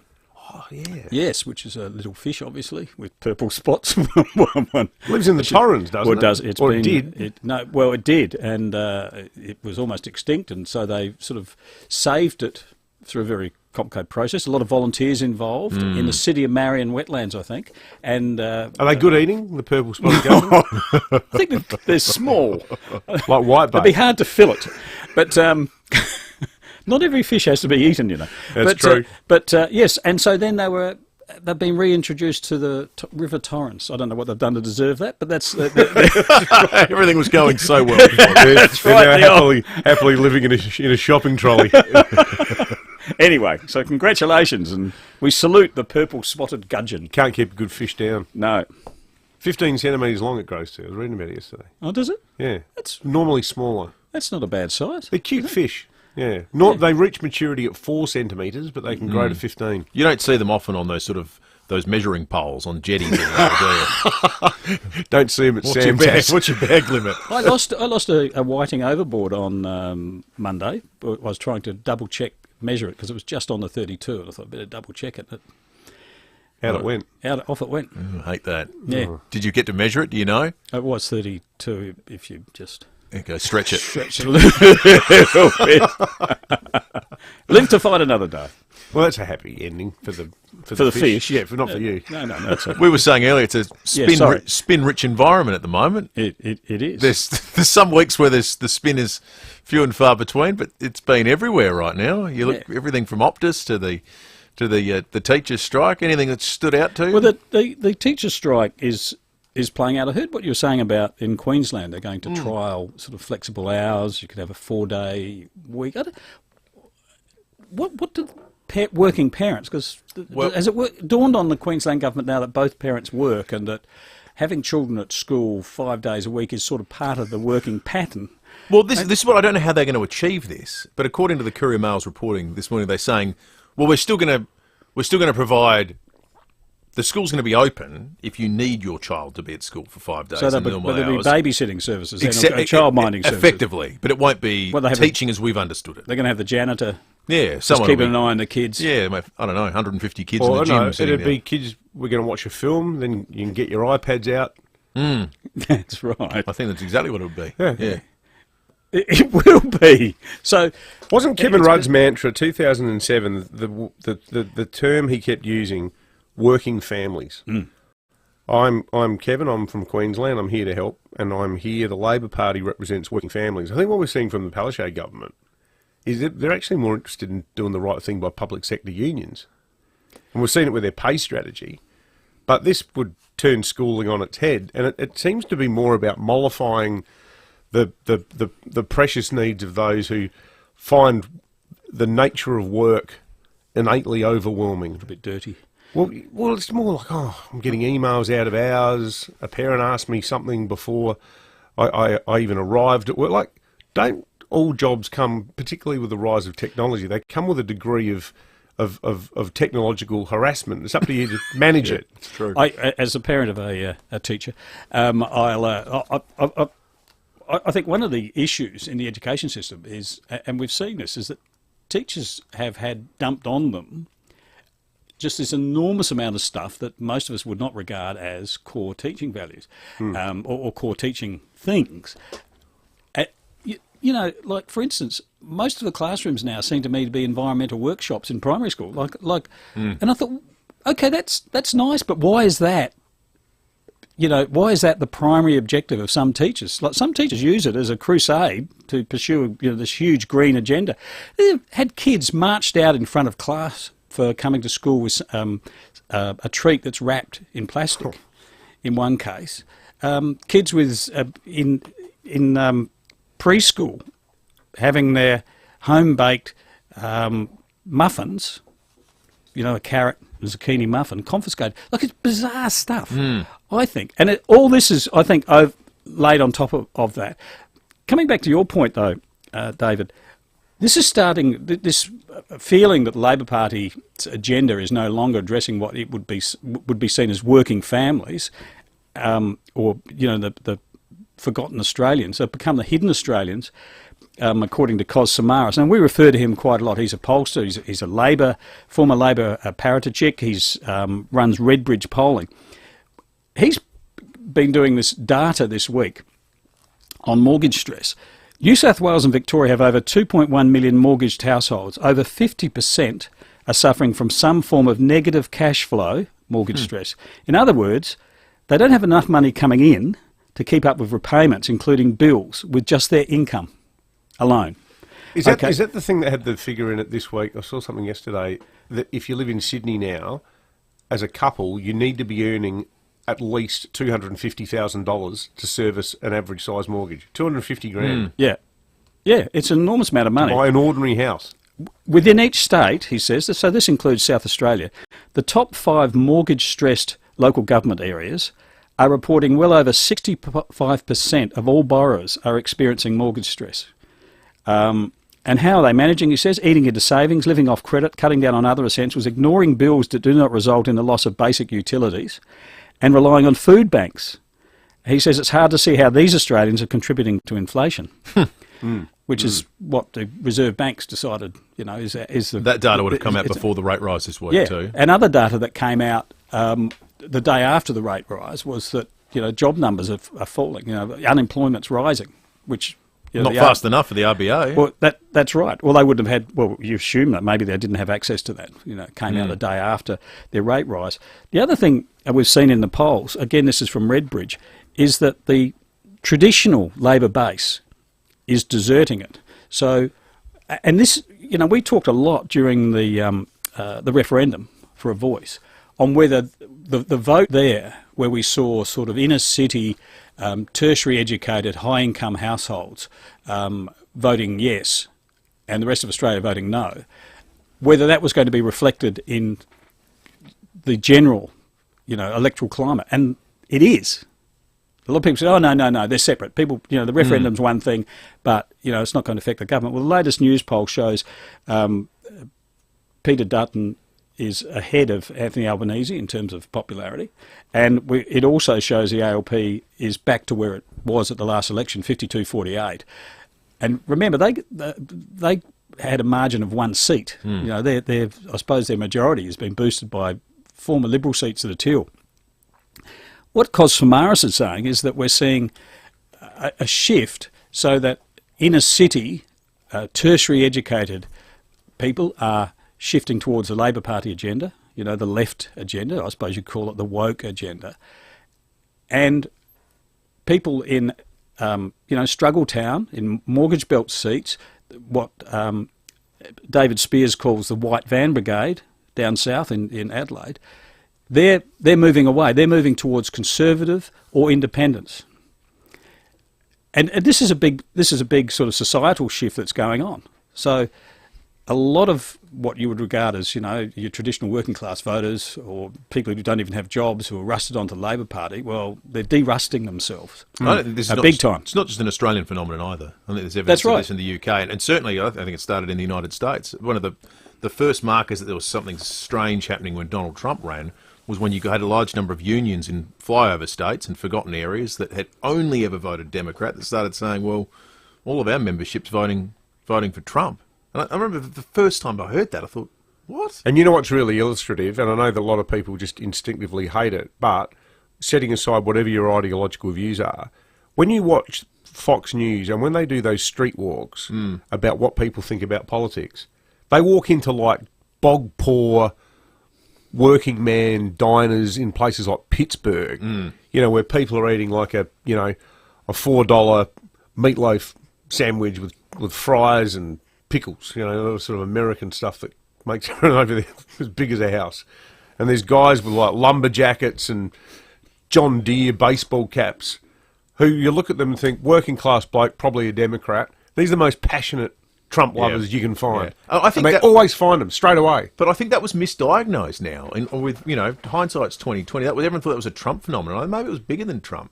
Maybe it's just the nature of... Well, there were some people who probably were going to vote for Bernie Sanders and then went over to Trump. Yeah. Because they wanted like a political outsider who was going to say, I'm going to stand up for local jobs and stuff like that. Yeah. And it flipped so many of those people.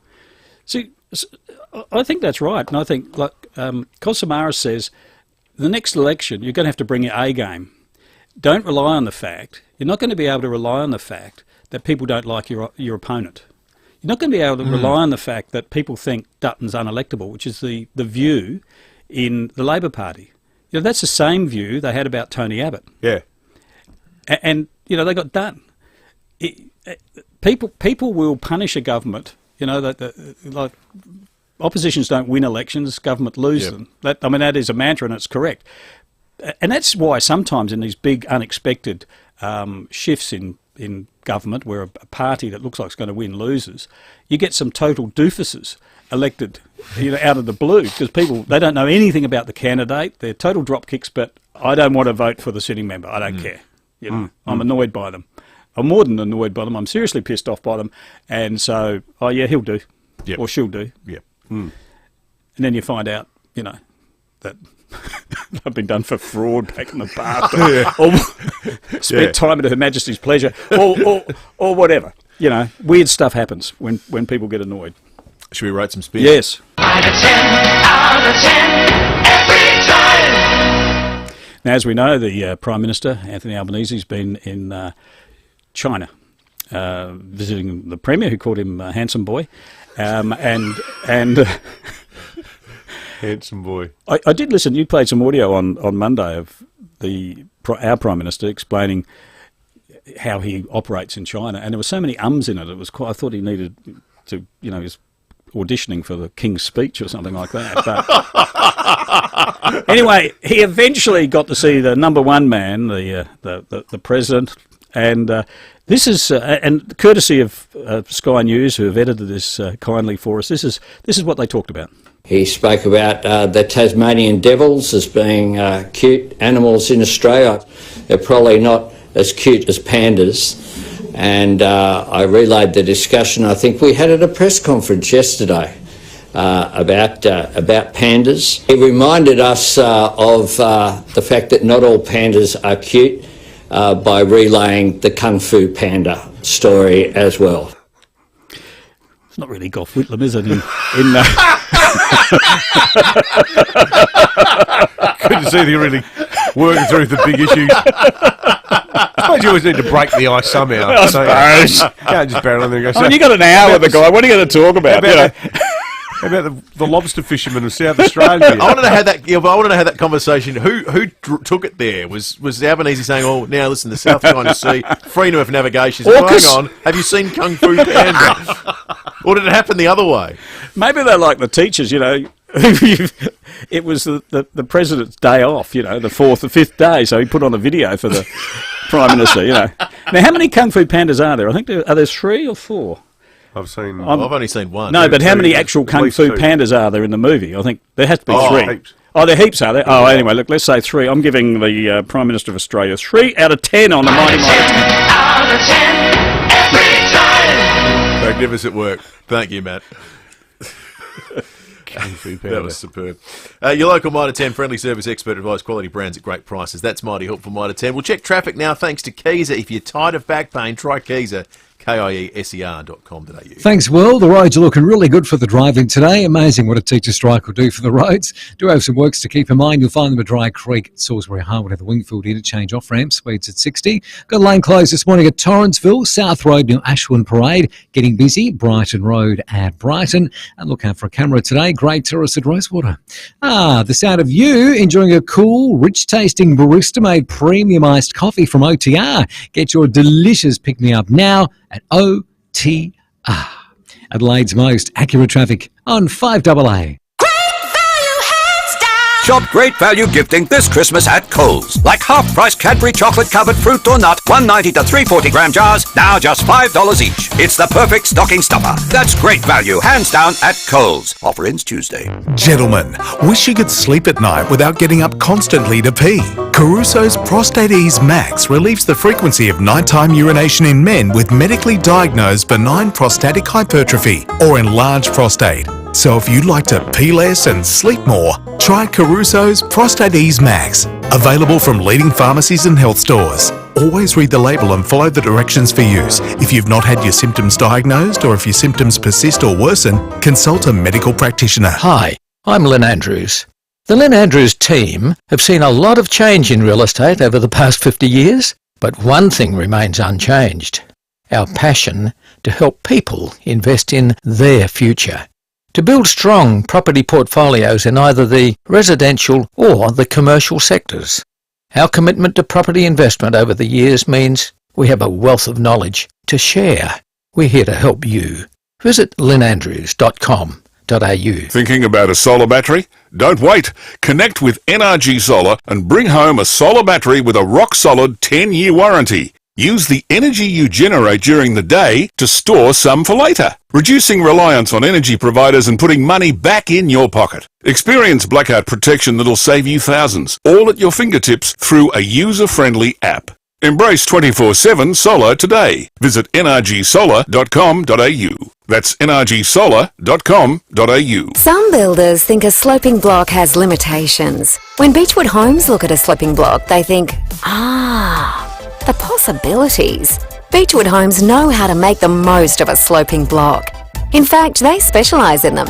Beechwood will design a home that works with the land you have, taking full advantage of every square metre. So if you're looking at a sloping block, go for it. Beechwood has your back. Life's good. It's even better in a Beechwood home. Google Beechwood Adelaide. When it comes to blinds and curtains, always start with the 3 Bs. Bob Burns Blinds. They've been manufacturing blinds in Adelaide for over 60 years using the very best materials. With a keen eye for detail, innovation and style, from interior and exterior blinds to stunning shutters and curtains, including motorisation and security products, always start with the 3 Bs. Bob Burns Blinds. Visit the new showroom at 1239 South Road, St Mary's, or jump online at bobburnsblinds.com.au. 5AA Breakfast is streaming live right now. To watch, simply head to 5AA on Facebook or YouTube. Breakfast on 5AA. David Penberthy and Will Goodings. Jobs, apprenticeships, traineeships and careers. Maxima can help. Learn more today at maxima.com.au. 5 to 8, lots of texts. Got some calls to revisit too. If you'd like to interact with the program, you can also do it via the Foodland Supermarkets Facebook and YouTube live stream. You'll need to call though if you want to win the Care Alert Smart Dialer. The sound off for the Smart Dialer coming up after 8. You can get calling from now. If there's a sound off you want to get off your chest, you can get yourself nearly, well, it's more than $400 worth of Smart Dialer, the ultimate emergency alert system for falls and illnesses wherever you are. carealert.com.au. Get calling right now. Chat with Lucy and Sam and get your sound off prepared. That's what the Optus CEO should have said yesterday. Look, if you are with Optus and you're having a medical episode, either talk to one of your neighbours or maybe get a Care Alert Smart Dialer. Give you know, the Steele family a call and say, hey guys, can you help us out? Michael sort you out. Yeah, they would. They would. They're more helpful than Optus, that's for sure. All right, let's hear from John Blake. Thanks to Aussie Fast Transport Solutions, interstate freight, distribution, warehousing, and local Adelaide couriers. Call Aussie Fast 13 64. And now, here's a newspaper journalist with another tip for real happiness. If you want to be happy for the rest of your life, here is a journalist with some advice. Go to university and graduate, then you can come up with some great clickbait. I'm a newspaper journalist with another tip for real happiness. If you want to be really happy, be a journalist. We get to set the mood of the people. We make the general public panic when there's bugger all to panic about. We come up with the headlines like, more pain for homeowners, and the Australian dream is dying. The only thing that doesn't make me happy is that there isn't another pandemic yet, so we can write big headlines in bold font like, lockdown for 6 months, and mask mandates return, and even put a couple of exclamation marks at the end. Oh well, we can only hope. And in the meantime, continue to write endless articles about new strains of COVID that will never amount to anything, but will put in the headline, it has scientists worried. Oh, this is a good one. Did the Reserve Bank just kill Christmas? Oh, that's great. I wish I'd written that one. It's bound to depress a lot of people. Our children's future destroyed. There's no story there. It just sounds like it would be a good headline. Like if something falls off someone's roof, the headline can very easily be Terror from the Sky. Anyway, I've got to go now. I have to write an article for tomorrow's paper about a dog that fell off a cliff. And my headline's going to be Doggone! It's good, isn't it? If you want to be happy for the rest of your life, that was a journalist with some advice. You can do it too and be satisfied by writing all about how we're all going going to die! Like shots fired at your former profession. Oh, fair enough, Blake. He marches to his own drum. I like this text earlier from Rob where we're talking about NCIS Sydney and suggested that there should be an Adelaide version. Rob says, we should have NCIS North Adelaide featuring a crack team that investigates and shuts down any development plans. Well, now that sounds superb. Thank you, Rob. Dutton's Hey, we text just line. got word they're putting in a 3-storey apartment development application. We've got to stop it as a matter of urgency. There's a concert planned that's going to run till 11:30 p.m. Not on my watch. With a huge range of vehicles available right now. You got to ring Anne. Get Anne Moran on the phone for me. Hello. Huge range of vehicles available on the hills of Murray Bridge. Duttons can deliver right now. Since 1982, our passionate teams at First National Real Estate have worked 10,400 days and around 582 million hours across Australia with one common goal: to always put you first. And we'll be here in Adelaide to help you on your journey to your happy place. Be it a tree change, a sea change, upsize, downsize, or finding that investment gem. First National Real Estate. We put you first. firstnational.com.au. Dreaming of a new car? Now's the time to make it happen at Solitaire Volkswagen. With unbeatable deals on new and demonstrator vehicles in stock now and ready to drive away. Visit Solitaire Volkswagen, Hawthorne and Medindi today. DL 65541. When it's hotter outside than a dead dingo's donger in the desert, inside your air-conditioned Austrac camper, it'll be cooler than a wombat's warren in winter. Haven't heard those before? Yeah, just made them up. Austrac. Austrac. Austrac campus. City Discount Tires. For the best advice and price on tyres and mechanical, see City Discount Tyres. With local deals on the world's biggest and best brands in tyres, wheels, suspension and parts for four-wheel drive, SUVs and passenger cars. Finance available. Find your nearest dealer at citydiscounttyres.com.au. We're driven by value. City Discount Tires. Online, on DAB Digital Radio and on 1395 AM. Talking Adelaide.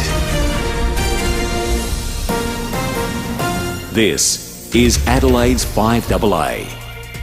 Mostly sunny and 29. With the 8 o'clock news, I'm Kendall Brettig. Complete windscreen supply and fit, front, rear and door glass. Proudly South Australian since 1976. The federal government says calls to emergency services must be available at all times as the fallout over the Optus outage continues.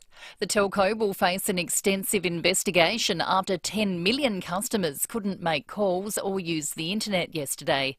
Of most concern, 000 calls couldn't be made from Optus landline phones. Communications Minister Michelle Rowland says that's unacceptable. It did appear that calls from Optus mobiles to 000 service were working. However, some appeared not to be working. It is of the utmost importance that Australians have confidence in the 000 service, so this will be a key focus of the regulator's independent review of that. Schools both in and out today. Nearly 400 public schools will be closed while others will offer a modified program as teachers strike. These parents have told Seven finding alternative arrangements for their kids isn't always easy. A lot of parents, they have to stay home because they got no one to look after the kids. At the end of the day, it's been going on for a long time. You can blame the teachers or the government or whoever. You know, it just needs to be resolved, really. I've got 4 boys and a little girl, so it just puts me out a little bit. Teachers will march from the Education Department on Flinders Street to North Terrace from 11:30 this morning. A motorcyclist was caught speeding on the freeway at Bridgewater last night. Senior Constable Peter Williams says he was clocked doing 155 in a 110 zone on the down track. More disturbingly from that, though, it was observed travelling in excessive speeds of 100 kilometres an hour through the Hyson Tunnel, which ordinarily is within the speed limit, but overnight they were doing roadworks through there and the speed was reduced to 40 kilometres an hour. Caught up with the rider a short time later at a service station on Port Rush and Glen Osborne Road. His permit motorcycle licence had expired in October last year. He was then drug tested and returned a positive result to methamphetamine. The 30-year-old man from Balhanna was also found in possession of drugs, and checks on the bike's registration revealed it had been unregistered since June.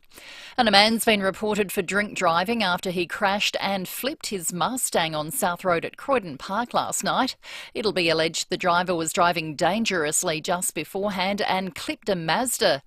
The 30-year-old man from Gawler South was uninjured in the crash. He's been reported for drink driving and will face court at a later date.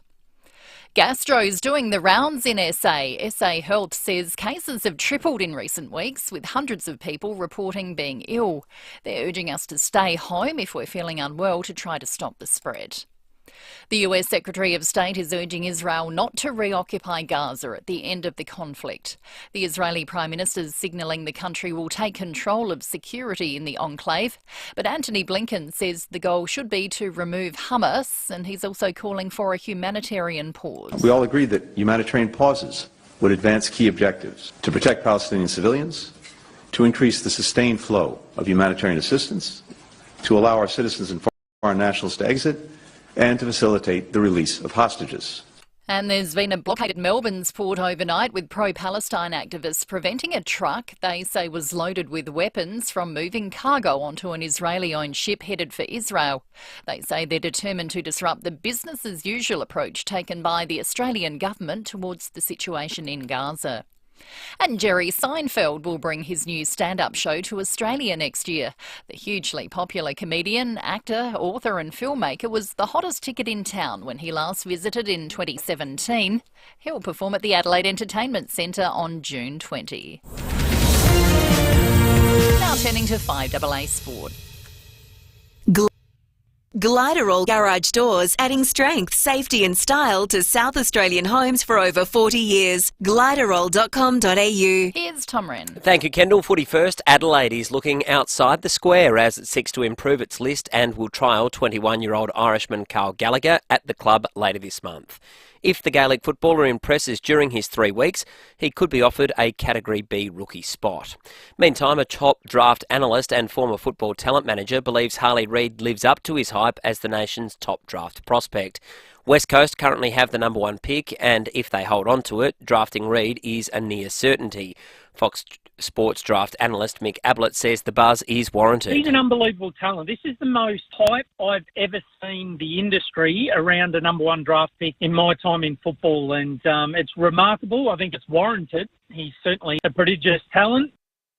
To cricket now, England has jumped off the bottom of the World Cup table thanks to a 160-run thumping of the Netherlands. Ben Stokes, the star, with 108. The Adelaide Strikers women have beaten the Melbourne Renegades by 6 wickets to get to the top of the WBBL table.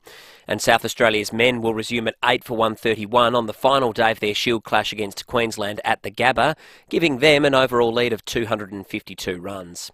In European Champions League action, Arsenal is now 2-0 up against Sevilla with about 20 minutes to play, while a 10-man Manchester United is locked at 2-2 against Copenhagen. Favourite Zardozi has drawn in Gate 6 for this afternoon's Kennedy Oaks over 2,500 metres at Flemington.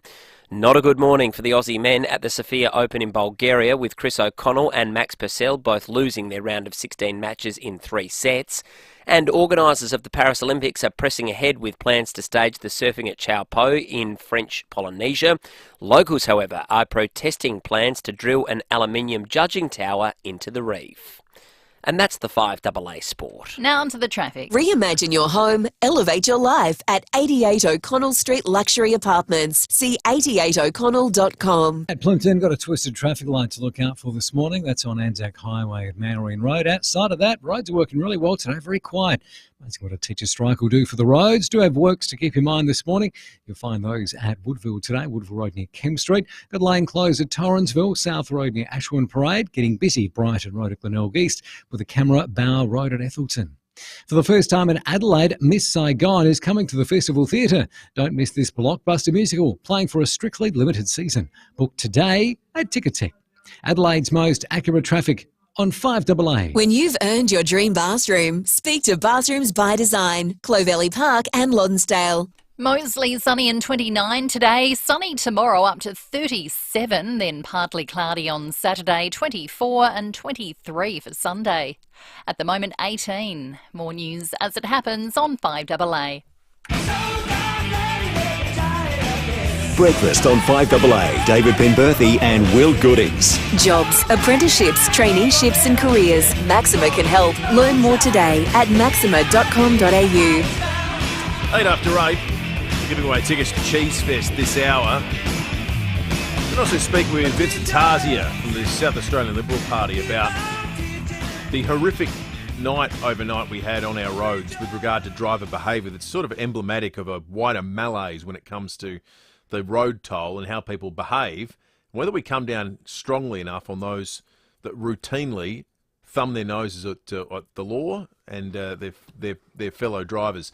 We'll talk more about that after 8:30. If you missed our chat with Sapol at 6:40, go on, hear this. The number of fruitcakes out there doing the wrong thing is frightening. That's coming up after 8:30 this morning. 155 Ks he's doing on a motorbike, that bloke, while on meth. Well, it's just extraordinary. That was just one of the three. I mean, if that bloke wrapped himself around a tree, Charles Darwin, were he alive today, would go, see, I told you. Because that really is survival of the fittest, isn't it? Yeah, but that's just unfortunately not how it plays out. Well, it's some other more poor often bugger than that's not. driving in the direction that has to swerve. Or... Yeah. Exactly. 8223 is our name. You can text us on the Dutton's text line as well, or you can jump on the Foodland Supermarket's Facebook and YouTube live stream. Big thanks to Matt Pantelis for the lentils as well. Okay. It's a wonderful little community here at 5AA. Pants bought too many lentils, as you do sometimes. Right. So now he's giving away jars here, and he's giving me a jar of lentils. I'm going to have a lot of fun with that over the weekend. Is this breaking at 8? No, it's not. Okay. No, we've got to. We do have another breaking at 8. Hopefully it's more interesting than the lentils. Well, something mysterious is happening at the Adelaide City Council. Over the last 8 weeks, the council has held not one but 2 meetings in complete secret. Now, I found this out while I was checking out their website, trying to find out something else the other day. So they had a secret meeting on September the 18th, and then they had another secret one on October 31. Now, these 2 meetings have been attended by the Lord Mayor. They've been attended by all of the councillors, but at the start of the meeting, it's been stipulated that no members of the public, media, or anyone other than the council's elected leaders are allowed to attend or discuss the contents of the meeting. Now, the ruling has been made under Section 90 of the Local Government Act on the basis of 3 specific clauses in Section 90. One is legal advice, one is information that must be considered in confidence in order to ensure that the council does not breach any law, and one here that says it deals with information the disclosure of which would involve the unreasonable disclosure of information concerning the personal affairs of people. Normally these meetings, council meetings, are approved by the council CEO, but in these 2 cases it's been the council's chief operating officer who has signed off on them. Now, as I said, we don't know what is being discussed. No councillor has told us anything, and they're legally prevented from doing so. And equally, even if we did find out what is being discussed, we would be legally prevented from sharing it with you too. So all we can say, because my understanding is that these meetings hardly ever happen, 2 of these secret meetings in less than 2 months, something unusual is going on. Weird. Is there any other tier of government that can have sort of secret catch-ups? I suppose there's a capacity for any council to go in camera, as they say, if they're talking about something. I'm certainly not speculating about what is happening at the Adelaide City Council, because we don't know, and even if we did, we couldn't say. But it's rare, and the fact that they've held 2 in basically 6 weeks suggests they're trying to do something covert and just invites a lot of speculation. No attention to it. Yeah, but everything I just said is listed on its website. Right. Like, there's minutes of the meeting that then have just this giant blank Redacted. space off, not blacked out, but just because of this section of the Local Government Act, they just go to these meetings and then they say, that's it, let's shut the doors and do whatever it is we have to do. I guess we'll find out. We're on a need-to-know basis. Something will happen, and then it might all become apparent. All right, watch this space. It's time for a sound-off. We've got, well, I don't know how to describe someone who is participating in the sound-off. A sounder-offerer? Yeah, sounder-offerer. Sounder-offerer. Rolls off the tongue, doesn't it? It does. It's perfect English. Shane from Brooklyn Park is our sounder-offerer this morning, and will win himself in the process a Care Alert smart dialer. Shane, good morning to you. Sorry, Shane, I think we've got you now. Morning, Shane. Good morning, boys. And my sound-off is, how long does it take to build a road? David, I don't know if you've ever driven from the road between Wistow and Strathalbyn. It's Yes. just out of Mount Barker. Heaps of times. But this road's been going on forever. And honestly, if they had employed this company or project manager, the Egyptians I'm talking about, if they'd employed them to build the pyramids, we'd still be sitting here scratching our heads with only the footings, wondering where they're going with it. How long's it been going, mate? Oh, David, it seems like years, but it goes from 100 down to 80, down to 40, down to 25, back to 40, back to 25. We're talking a country road. And when you're trying to come from Strathalbyn to Mount Barker or to the city, you know, you're on your way to Adelaide, it's just a nightmare. And what do you see when you're driving past? Everyone's standing with their shovels. They're just having checked their mobile phones. But this has just been going on forever. It's way too long, David. Good work, mate. It's a good sound off. Thank you. It's a good point, show, mate. Because if you're coming in from Strath, I mean, you can go Paris Creek, but then you pop out at Meadows, so you're way down south still. So it's pretty much, if everyone is coming into the city itself and wants to come down the freeway, you've got to take that road. It used to be like all rolling farmland and horse adjustments, and that wonderful, there's that little Catholic church there that's got a rosary garden of reflection, and you can pick your own strawberries there. But now it looks like Seaford Meadows. There's houses everywhere. It's a good point he makes about the pyramids. I know he makes it in jest, but I was reading something in just the last couple of weeks about the construction of nuclear power plants. And I know, you know, once again, this is how I spend my weekends. But you know the average time... Well, it could be worse. You could be springing out of bed with excitement that you got a jar of lentils. The average time it took to build a nuclear power plant in the 60s was 5 years. Do you know what it is today? 15 years. Now, there's been pretty significant development in terms of the mechanisation of the workforce, robots, construction, things that we've learned over the last 60 years. Technology has progressed, yet we build things more slowly. And the only reason is because of red tape, it's because of government interference, it's because of all the peripheral things around construction. Like, it's not silly when he says we'd be still waiting on the seeing the footings of the pyramids. It's actually it's a documented fact. Despite our advances in technology, stuff takes longer to do these days. And it's... You know what I actually think, in all seriousness, and there's a piece today on page 3 that ties out projects tied up in red tape, Albo's promises to communities in limbo. We're giving the Malinowskis government a gold star yesterday for having appointed an assistant minister for autism, and something we're going to do more on over the coming weeks. But I think there's an argument for both at the state and federal level, and also for the local government ministers to get involved. There should be it sounds counterintuitive, but a minister for red tape, where they actually need an order, and to cut the teachers' union some slack. The rise in paperwork from teaching in the 1970s to teaching today, even things around compliance with and you know this when you do school sport, or even reading to kids. You know, you need to jump through thousands of hoops before you can even get into the school anyway. We'll try to be a tradie going on a schoolwork site. Well, exactly. But, you know, we hear it with police. I mean, Grant Stevens' polite, you know, wording that he uses, given that he's, you know, the head honcho. But the paperwork that cops now have to do, the paperwork and all the hoops you need to jump through with development applications if you work in construction, like so much of what we do for a living has been blown out by bureaucracy. And there should be like a sort of total stock take of it to get it back to what it was, or closer to what it was. The argument would be that the paperwork are checks and balances that make things more safer and more accountable, but it doesn't feel like, and I reckon everyone listening would feel the same way, it feels like the pendulum swung too far in the other direction. Completely.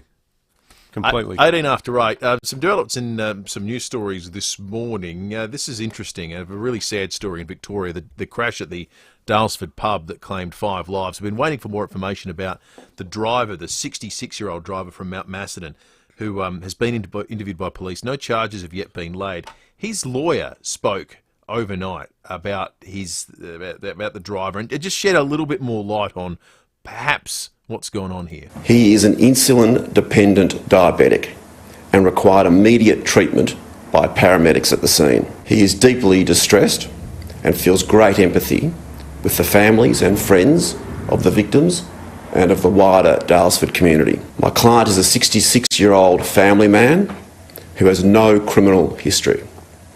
He returned a negative alcohol reading at the scene. I don't know enough about people that are insulin dependent to know the degree to which that explains potentially what happened. If your blood sugar is either down or up, one of the two, you can basically lapse into a state of unconsciousness. Well, perhaps that goes a ways to explaining what here again, no charges have been laid. The lawyer went on to say the investigation could well take some time, but at very least it provides us with some sort of an insight, maybe, into what happened in that awful crash at Daylesford, where the pub, in fact, has reopened today. Big news. Big time. One of the biggest comedians of all time has announced he's coming to Australia and indeed Adelaide. I'm sorry, we have no mid-size available at the moment. I don't understand. I made a reservation. Do you have my reservation? Yes, we do. Unfortunately, we ran out of cars. But the reservation keeps the car here. That's why you have the reservations. I know why we have reservations. I don't think you do. If you did, I'd have a car. See, you know how to take the reservation, you just don't know how to hold the reservation. And that's really the most important part of the reservation, the holding. Anybody can just take them. Let me speak with my supervisor. Here we go. Great scene. Jerry Seinfeld is coming to Australia and will be in Adelaide on the 20th of June playing at the Entertainment Centre. Tickets will go on sale Friday the 17th of November at noon. They'll sell out within an hour, I Through reckon. tegdainty.com, tegdainty.com. Oh, yeah. It'll be chockers. It'll be unbelievable. So he's in from June 15 to the June 23 with the Adelaide show right smack bang in the middle. All right, let's check traffic and come back with more in just a moment. If you're tired of back pain, try Kieser, KIESER.com.au. Thanks, Will. At Plimpton, twisted traffic light on Marion Road near Anzac Highway. In the city, avoid Flinders Street to King William Street and North Terrace around 11:30 today. That's for the teachers' process. That'll slow traffic up a bit. Agate Lane closed at Salisbury Park Terrace near Paternoster Road. You'll find cameras this morning, Hart Street Semaphore and Junction Road at Balhanna. The Volkswagen Amarok with 4-cylinder and V6 turbo diesel variants is the ute that answers the world's harshest of critics, you. Test drive it at your local Volkswagen dealer today. Adelaide's most accurate traffic on 5AA. We have Cheese Fest tickets to give away, November 18 and 19 in Rundle Park. Tickets for you and 3 friends, and the way we give them away is like this. After the break, David will take on the identity of a cheese. If you identify it correctly, we'll send you and 3 friends along. Get calling right now, 8223 0055. Rowie and Timmy G on the 5AA Sports Show.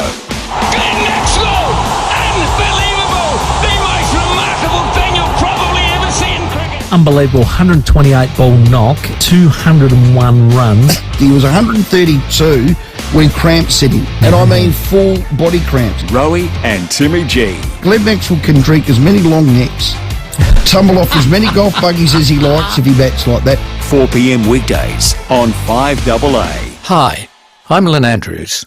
For over 50 years, the Lynn Andrews team have made it easy for landlords to manage residential and commercial property. From single homes to multiple commercial holdings, our passion for property investment means we have a great deal of knowledge. How to do it safely and properly, matching the right tenant with the right property every time. We're here to help you. Visit lynandrews.com.au. I was just doing my job. I didn't think I'd get injured. The doctor said it was a routine procedure? Right. The car came out of nowhere and it smashed right into us. At DBH Lawyers, we're here to listen to your story. Our team of local South Australian lawyers will help you navigate the law and find the best way forward. We're with you. We're for you. We're DBH Lawyers. dbh.com.au. With help from Flurio Milk Company and the Udder Way, cafes all over Adelaide have joined the fight to reduce plastic waste. Instead of single-use plastic bottles, they've introduced the Udder Way's reusable 18-litre kegs. In the initial week, they stand to eliminate 1,500 plastic bottles. Together with other cafes, supermarkets, schools, restaurants, hotels and workplaces, millions of single-use plastic bottles will be taken out of circulation. You gotta feel good about that. Visit fleuriomilkco.com.au for more. For nearly 40 years, no one has done certified used cars quite like Steinborner Automotive, with dedicated yards including SA's best range of commercials loaded and ready to go, including SA's only dedicated small car and SUV centre, and SA's only large SUV and 4x4 centre suited for any lifestyle. Steinborner still also has the best range of Commodores from ZBs to the collectibles. View all late model used vehicles at steinborner.com.au. Steinborner Automotive. It's well worth the trip. Rising cost of living pressures are hitting everyone, some people more than others. If you're struggling with your home loan or credit card payments, there may be ways your bank can help, like lowering your home loan or credit card payments, restructuring the length of your loan to reduce them, moving you to interest-only payments for a while, or deferring them for a period. Don't tough it out on your own. Please, talk to your bank. Rosanna Mangiarelli here from 7 News. Join me and Will Goodings for Adelaide's leading news hour, 7 News, tonight at 6 o'clock. Breakfast on 5AA, David Penberthy and Will Goodings. Know someone finishing school and looking for an apprenticeship or a traineeship? Visit maxima.com.au. 25 minutes after 8. Vincent Tarzio is going to join us after 8:30 to talk about what more can be done to prevent behaviour on our roads that is beyond antisocial. It's dangerous and it's against the backdrop of a record road toll.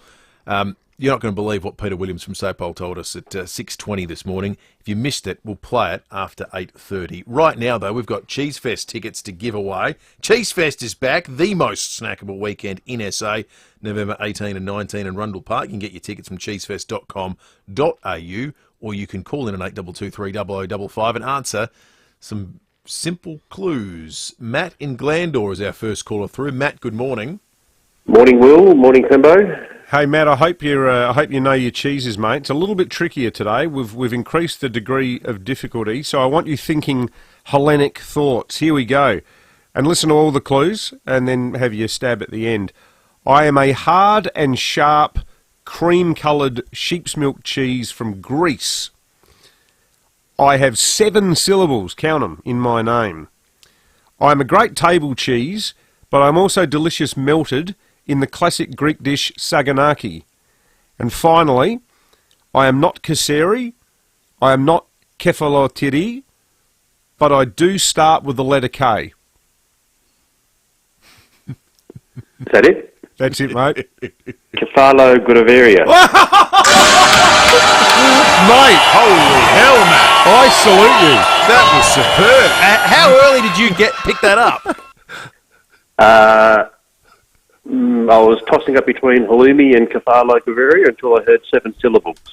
Matt, that is superb cheese identifying. Matt, I was really worried about that. I thought we'd be here till 10 o'clock trying to give the tickets away. Thank God for you, Matt. Either that or I was waiting for Coots to ring in and have a guess. Anyone who's been to Gaganis would have known that. But that's good work, Matt. Well done, mate. It's a great cheese too, isn't it?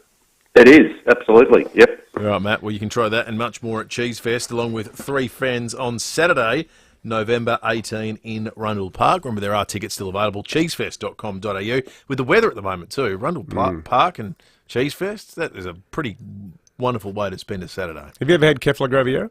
Possibly. It's I've told great. you this. It's really good. I'm cheese illiterate. I eat it. I don't study it. They just eat it like at the table, like with a So the problem as is an antipasto platter, getting some kefla graviera. Yeah. Well, Caseri's pretty much the same, but go to Gaganis and get it there. It's terrific. It's excellent cheese. I've never had a cheese I don't like, so I don't feel the need to distinguish between them. They're all good. I've never had a bad cheese. Have you ever had it, like pan fried with some lemon juice and oregano on it? You have at Greek restaurants. Oh my God, it's the best. This one's the one you want for that. It's not squeaky like halloumi. It's hard and it's tangy. It's superb. Good stuff. All right, let's just look at the fuel situation, see where the cheapest fuel is in an instant with the free RAA app. Download it today. The cheap spots are these.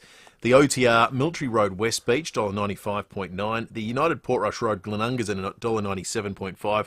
The cheapest those out north, the United Main North Road Paracas at $1.83.9. The cheapest diesel, the Liberty Pettis Crescent Regency Park, $1.97.5. When you've been around for over a century, you know a thing or two. And Business SA and Ray White have almost 300 years between them. So when an alliance is formed between Business SA and Ray White Business Sales SA, they're bringing all their experience to your business, making sure it's in top shape, whether you're buying, selling, or somewhere in between. So go on, touch base with the experts. Search Ray White Business Sales SA. Proudly partnered with Business SA. Business notifications out of hand? Thrive Command Centre keeps your customer emails, texts and social messages all in one place, so you never miss a message. Get it free today at thrive.com.au. T's and C's apply. Free plans have limited functionality. Now, you all know I love my local Mitre 10, or as those of us in the know like to call it, the other hardware store. It's my one-stop shop for all my DIY jobs, be it something that needs to be fixed or out in the garden. They've got everything you need. Look, the staff are great. They'll happily give you advice on the best products to help you get all those jobs done. So if you're planning on some home improvements, or you've got some fix-it jobs to do, or you just want to spruce things up a bit around the home or in the garden, head into your local Mighty Helpful Mitre 10. For great prices on the right products for the job, along with helpful advice, choose the other hardware store, Mighty Helpful Mitre 10. Mawson Lakes Mazda's 2023 Play Clearance Sale is on now. Discover amazing deals across the entire range, including free on-road costs on all cars. That's right, free on-road costs across the entire Mazda range. Hurry in to find your perfect model and colour. The sooner you get to the showroom, the better your chance of scoring your dream car. Mawson Lakes Mazda, just a short drive from the city, Salisbury Highway. FIVEAA Breakfast is streaming live right now. To watch, simply head to FIVEAA on Facebook or YouTube. This is Adelaide's FIVEAA. Mostly sunny and 29 with the 8:30 news. I'm Kendall Brettig. Chipped windscreen? Complete Windscreens can repair it from just $99. Look for the big red koala. Optus is facing a government review after a nationwide outage crippled the telco. The IT failure affected close to 10 million customers as critical communications services and infrastructure were shut down. The federal government and Communications Authority will investigate what happened to avoid further blackouts on other networks. While customers, especially businesses, are being urged to contact the telco over the coming days to let them know the impact the network outage has had on them. Telecommunications Industry Ombudsman Cynthia Gerbert says if customers don't get a fair and reasonable response, they should contact the Ombudsman's office. We are already being contacted by some customers about these issues, and we would anticipate that we'll see more over the coming days where particularly small businesses have been unable to transact business. I really encourage Optus to think deeply and critically around what the right outcome is for those businesses. Public school teachers are striking today for the second time in 3 months. They'll hold a rally outside Parliament House from 11:30 after rejecting the government's latest pay offer. Just over 170 schools and preschools will be closed and more than 200 will offer a modified program. 2 Year 12 exams scheduled for today won't be affected, with arrangements made for physics and accounting students to sit their exams at their school, even if it's closed. A number of South Australians coming down with gastro has tripled in recent weeks, prompting a warning from SA Health. There are concerns about the very young and very old falling ill. SA Health has this advice to keep the spread within the community to a minimum. You need to stay home from work, keep your kids home from school or childcare while they're unwell, and for at least 24 hours after the last episode of diarrhoea. Police are investigating an attempted ram raid at a St Agnes shopping centre early this morning. They were called to the centre on North East Road around 2 a.m. after a vehicle reversed into the southern entrance. No entry was gained though, and the vehicle drove off, leaving behind parts of its tail lights. A man's been arrested after he was caught stealing items from a backyard in Unley overnight. Police dog Bandit helped catch the man in nearby Arthur Street. The 55-year-old's been charged with theft and being unlawfully on premises. A ruling by the High Court will make indefinitely locking immigrants in detention centres illegal. The decision overturns a 20-year-old precedent. Former Department of Immigration official Abdul Rizvi says it isn't hard to see why the High Court came to this conclusion. Simply because the government was not able to demonstrate that it actually had a plan for people in these circumstances in terms of resolving their detention. And I think if the government could have demonstrated a plan, they may have got a different ruling, but the lack of a plan meant the High Court said, well, you just can't detain someone for the rest of their lives.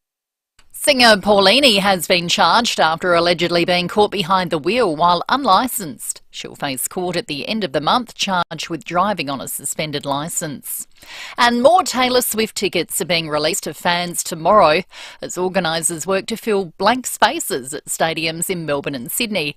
But buyers are being warned the seats could leave them with a partially obstructed view. Now turning to 5AA Sport. Gliderroll Garage Doors' new Platinum and Native Series sectional doors are here. Gliderroll.com.au. Here's Tom Wren. Thank you, Kendall. A Ben Stokes ton has helped England off the bottom of the table at the One-Day World Cup, defeating the Netherlands by 160 runs. Meantime, South Australia is set for a thrilling finish in its Shield clash against Queensland at the Gabba. Career best figures of 6 for 41 from Nathan McAndrew gave the Redbacks a first innings lead of 121 runs, but they crumbled in their second dig to be 8 for 131, giving them an overall lead of 252 with a day to play. And New South Wales has broken its drought in the Sheffield Shield with a 10-wicket upset win over WA. The Blues have been winless in their previous 15 matches before the SCG clash, which is their longest drought ever. Test spinner Nathan Lyon has told Wide World of Sports it was nice to get the monkey off their backs. Pretty nice to be able to, finally sit around and have a beer and celebrate with the guys. A lot of young guys. It's been a challenging period for New South Wales. Aussie tennis star Storm Hunter is putting personal achievements to one side as she focuses on Australia's campaign at the Billie Jean King Cup finals. The 29-year-old is the new world number one for women's doubles. Hunter says she still hasn't had time to digest the news. It still, to be honest, hasn't really sunken in. It's crazy. I honestly didn't think this would ever happen to me in my life. It was kind of a dream that just always was there, but kind of seemed impossible, to be honest. And in some soccer to finish, it's full-time in almost all matches in the European Champions League. Arsenal taking a big step towards the knockout stages after a 2-0 win at home against Sevilla. But Manchester United is currently 4-3 down deep in stoppage time against Copenhagen. And that's the 5AA Sport. Now to the traffic. Reimagine your home, elevate your life at 88 O'Connell Street Luxury Apartments. See 88o'connell.com. At Paradise, 2-car smash on Darley Road near Gamow Road. Plimpton, twisted traffic light this morning. Swanson Marion Road and Anzac Highway. And in the city, avoid Flinders Street to King William Street and North Terrace around 11:30 today. That'll be for the teachers' protest. Traffic will be pretty slow around here. You'll find cameras this morning on Coringa Valley Road at Verdun and Port Road at Cheltenham. From now until McHappy Day on Saturday, November 18, buy a pair of silly socks for $5.95 with 100% of the profits going to Ronald McDonald House Charities. While socks last. Adelaide's most accurate traffic on 5AA. When you've earned your dream bathroom, speak to Bathrooms by Design, Clovelly Park and Lonsdale. Mostly sunny and 29, sunny and 37 tomorrow. Partly cloudy on Saturday, dropping down to 24 and 23 for Sunday. At the moment, 18. More news as it happens on 5AA.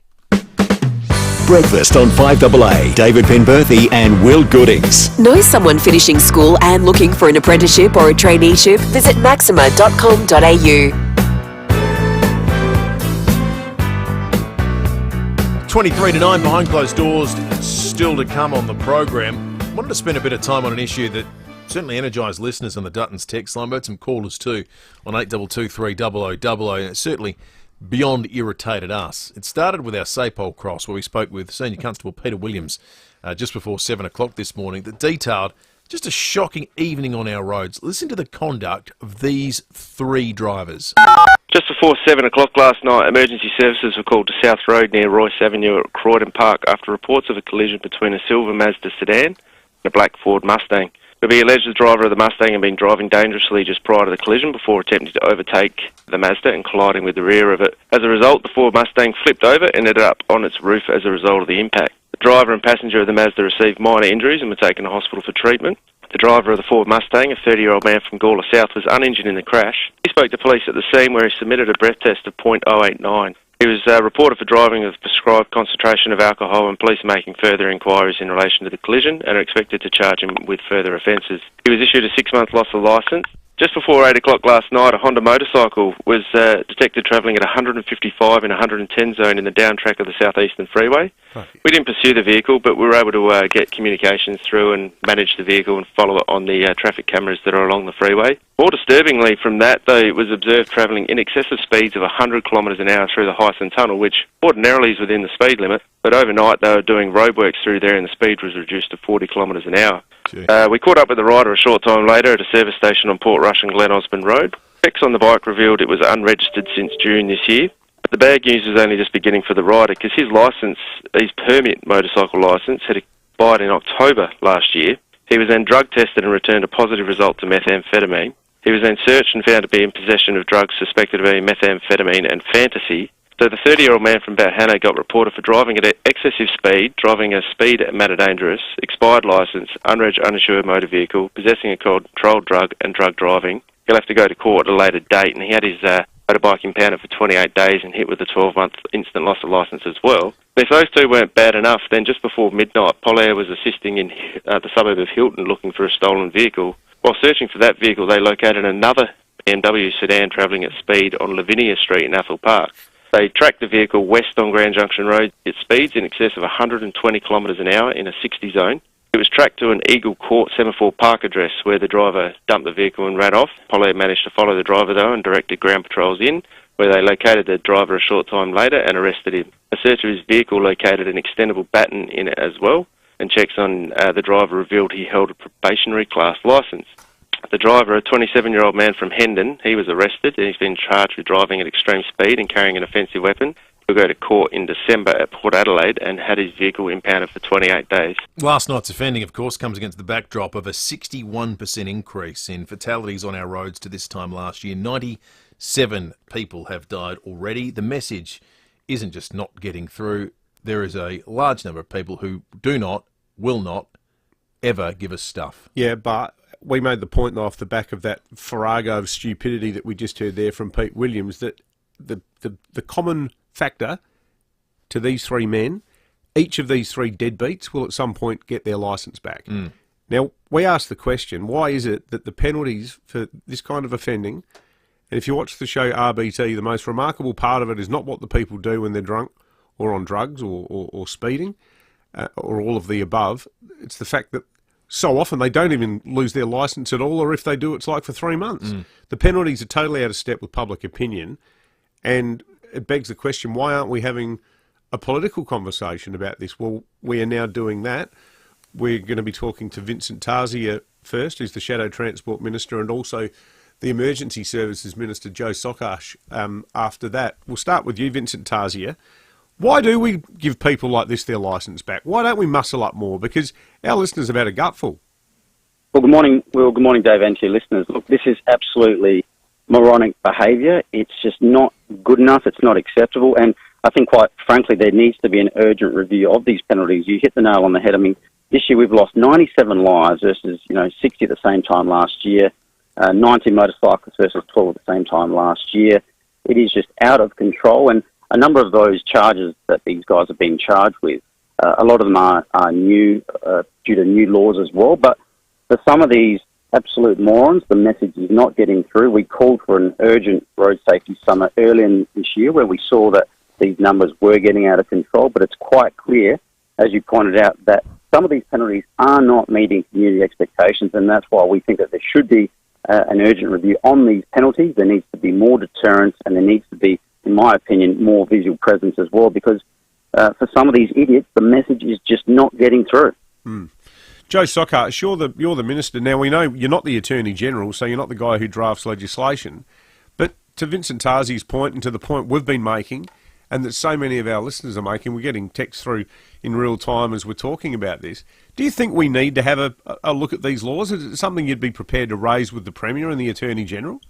Yeah, look, it's a constant point of discussion, Dave, and the reality is if we could find a law to make idiots illegal, we would. And what is absolutely the case is that these people that have been apprehended overnight through the great work of SAPOL are facing very serious jail terms. They have been charged with very serious offences. So the suite of options at the moment for our police and for our court are there. The penalties available for these individuals have changed recently, and they are now facing serious court time. What it demonstrates is that when it comes to road safety and when it comes to safer roads, it compounds so much because it's up to individuals to make better decisions. And sadly, these guys overnight have made their choices well and truly knowing that their choices could land them in the clink for quite some time.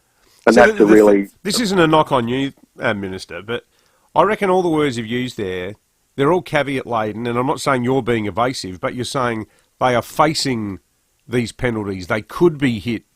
It's all could, perhaps, up to... There's no hard and fast, no, mate, sorry, you've really stuffed it up for yourself this time.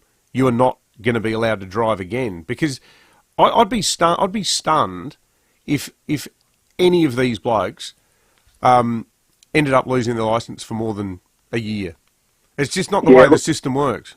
And look, I don't mean to be cute with the words, Pembo, but this is they're before the courts now, and you know that it's not right or proper for anyone to be wading into a matter that's been charged and before the courts. But no, but that's our question, though. I reckon is we're the public. I mean, the law's meant to reflect, community standards. Yeah, look, and I think it's part of it. So that's why the conversation's important, I think. Yeah, and look, I think where we can tighten laws, we will, and we've demonstrated that in the last, or certainly in the first 18 months of our government, where we've increased very significantly the penalties for in line with Naismith laws, the tragedy that faced the Naismith family. We've we've increased penalties for people that are driving at extreme speed. We're introducing mobile phone detection cameras that stamp out that really dangerous behaviour, and I'm very confident to say, absolutely unequivocally now that these individuals overnight who have been charged, the maximum extent of the law should be applied to them, and that is jail. And they should end up in jail because that is what's available to them. And I think these types of penalties need to be applied because the message needs to be sent that it's stupid, it's irresponsible, and it's bloody selfish. But are you satisfied at the rate at which these sorts of incidents result in jail time?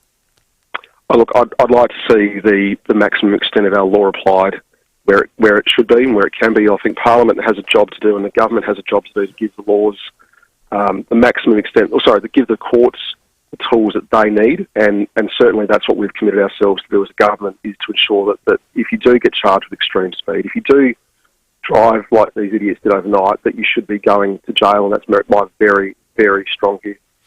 Joe Sokach and Vincent Tarzia, thanks for joining us. And look, as we had the Minister and his opposition equivalent on, the text line has been melting down, as they say. Scott from Mobbery speaks for everyone. Morning, boys. Tell the Minister we've got $100 that says none of them will see jail time. Yeah. I just don't think it's going to happen. Part of the problem, and this is where, for the golden era of lavishly staffed newsrooms, a good exercise, because what happens is, if you're Sean at the Tiser, our good mate, and you're the editor, Gemma, and you're working out what you're going to cover at the courts, you might have 2 court reporters on that day, and there might be some major murder trial that's running. So you get all your reporters, and they cover one covers a murder, and one might be covering, say, the appeal by the bikies in the Alessio case. A great exercise would be to put one reporter full time for the coming months on these 3 cases overnight and see what happens. Because what will happen, and statistically, you got to be super unlucky, super unlucky to get murdered. Statistically, though, you're a pretty good chance, compared to other categories of crime, of being cleaned up and seriously injured or even killed by some drongo on the roads. So what will happen with these 3 people? I think Scott's right. I would be stunned if they go to jail. Maybe one of them will. But the key question is, why do we as a community, when these people have done all of these things, and, over and over, I'm sure, why do they keep getting a licence back? Well, I think furthermore, there's plenty of people that then offend with no licence. And I think that's where there's a weakness in the law. That needs to be seen as among the worst crimes you can commit.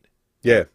Because at the moment, the penalty for driving without a licence clearly isn't great enough. No, and it's a sort of philosophical conundrum. What's the value in taking a licence away from someone who's never had one in the first place? Exactly right. So that needs to be an actual sort of, all right, mate, sorry, you're going to jail. Yeah. Like that needs to be a sort of no negotiation. You are definitely going to jail if you're caught doing that. Well, think outside the box. Rich in Kidman Parks texted us on the Duttons text line. He says, I've said this for years. The issue is that only licensed people should be able to own cars. You lose your license and your cars have to be transferred or sold. As a requirement... that's a good point. As a requirements writer, I'm happy to write the law for free for the government, which says... Good on you, Rich. Hey, I want to read out this text from Rose, because we love you, Rose, and we don't want to upset you. Rose says, good morning, boys. You keep saying you support the teachers and know how hard we work. You don't understand. Perhaps if you spent a day at school, just as you spent a day in the kitchen, you would have a clearer understanding of the pressure we're under. The result of this negativity, which we've directed at our union, has sadly filtered onto the teachers. Please stop speaking about issues. You have strong opinions but no understanding. Do your research and find out why we need more time out of the classroom, because it's not to get a coffee.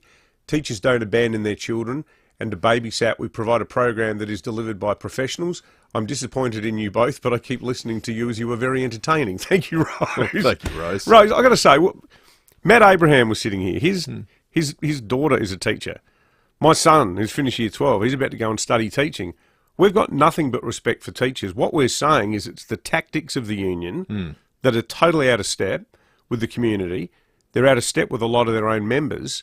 And we also think, too, that the union overstates things. And it has a history of having the end is nigh industrial response to almost anything. But to your key point about how hard teachers work and how their work has become harder, we totally agree with you, Rose, and we think that's why it's fair that there is an industrial dispute at the moment, albeit one that tactically could do with a bit of a rethink from the gang on Greenhill Road. Let's check traffic thanks to Keezer. Are you tired of back pain? Well, try Keezer, KIESER.com.au. Two-car collision at Paradise to look out for this morning on Darley Road near Melville Road. Plimpton, twisted traffic light on Marion Road and Anzac Highway. In the city, avoid Flinders Street to King William Street and North Terrace around 11:30. That's for the teachers' strike. That will get pretty slow at that time. And a lane closed at Salisbury this morning, Park Terrace near Paternoster Road. Keep an eye out for a camera, Military Road at West Beach. Worried about cheap insurance? Who offers great value cover you won't regret? Amy does. Before buying insurance issued by Amy, read the PDS and TMD at amy.com.au and consider whether it's right for you.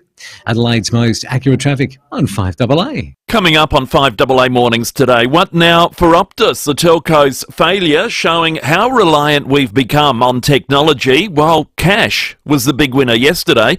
And despite our terrible road toll this year, a number of drivers on our roads overnight proving they haven't been paying any attention to the pleas to stay safe for themselves and all other road users. Those stories and more. I'm Matthew Pantelis. Look forward to your company from 9. I'm Ned, and I'm a geek. I'm no good at voiceovers, but amazing at fixing your tech problems. All Geeks to You techies work on any device and give great advice. For in-person or remote tech support, go to geeks2u.com.au. That's the number 2, the letter U. You've decided to build? It's exciting stuff. When you've found land, it's a good idea to get advice on what you can build on your new parcel of paradise. Get Steve from Beechwood Homes to take a look. There's no obligation, and you'll get a great understanding of what's possible. Sloping block, flat block, weird shaped block, or block on a cliff. Speak with Steve from Beechwood Homes for all the possibilities. Life's good. It's even better in a Beechwood home. Google Beechwood Adelaide. How's this? Now, we've all dreamed of sitting in a sunlit piazza, savouring genuine Italian cuisine. Can seem far away, but for one night only, it's all happening here in Adelaide. Executive Chef of Hotel Indigo Adelaide Markets, Gabriele Pesamenti, is a master of Italian tastes. With training from a 3 Michelin-star restaurant and secrets from his nonna, he's taking guests on a 4-course journey of his homeland with some of his favourite dishes as part of Adelaide's Italian Festival. Now, you can savour traditional dishes from Bergamo, such as pork and sage ravioli, smoked gorgonzola, amaretto and meringue biscotti, paired with wine and an aperitivo on arrival. Meet Gabriel as he introduces his dishes, but just don't ask for the secrets. Oh, this sounds like a dream. Does it ever? At only $140 per person, it's a journey to Italy at a fraction of the price. Friday, November 17th, for one night only. To book your table and enjoy wine and dinner in Bergamo, search Hotel Indigo Italian Festival. From landing your first job, applying for a home loan or funding that retirement renovation, there are moments in life when super plays its part. Sometimes they're obvious, sometimes not. But when your super moment arrives, it makes sense to be with a long-term top performer like Australian Super. It's Australian, it's super, and it's yours. Balanced option compared to super ratings SR50 60 to 76 index to June 30, 2023. Past performance is not a reliable indicator of future returns. Read the PDS and TMD at australiansuper.com. Dreaming of a new car? Now's the time to make it happen at Solitaire Volkswagen. With unbeatable deals on new and demonstrator vehicles in stock now and ready to drive away. Visit Solitaire Volkswagen, Hawthorne and Medindi today. DL 65541. Breakfast on 5AA. David Penberthy and Will Goodings. Jobs, apprenticeships, traineeships and careers. Maxima can help. Learn more today at maxima.com.au. 5 to 9, it's time to go behind closed doors thanks to Aussie Fast Transport Solutions, interstate freight distribution, warehousing and local Adelaide couriers. Call Aussie Fast 13 13 64. And when we get behind closed... This is the Saturday Sports Show. KG and Cornsey.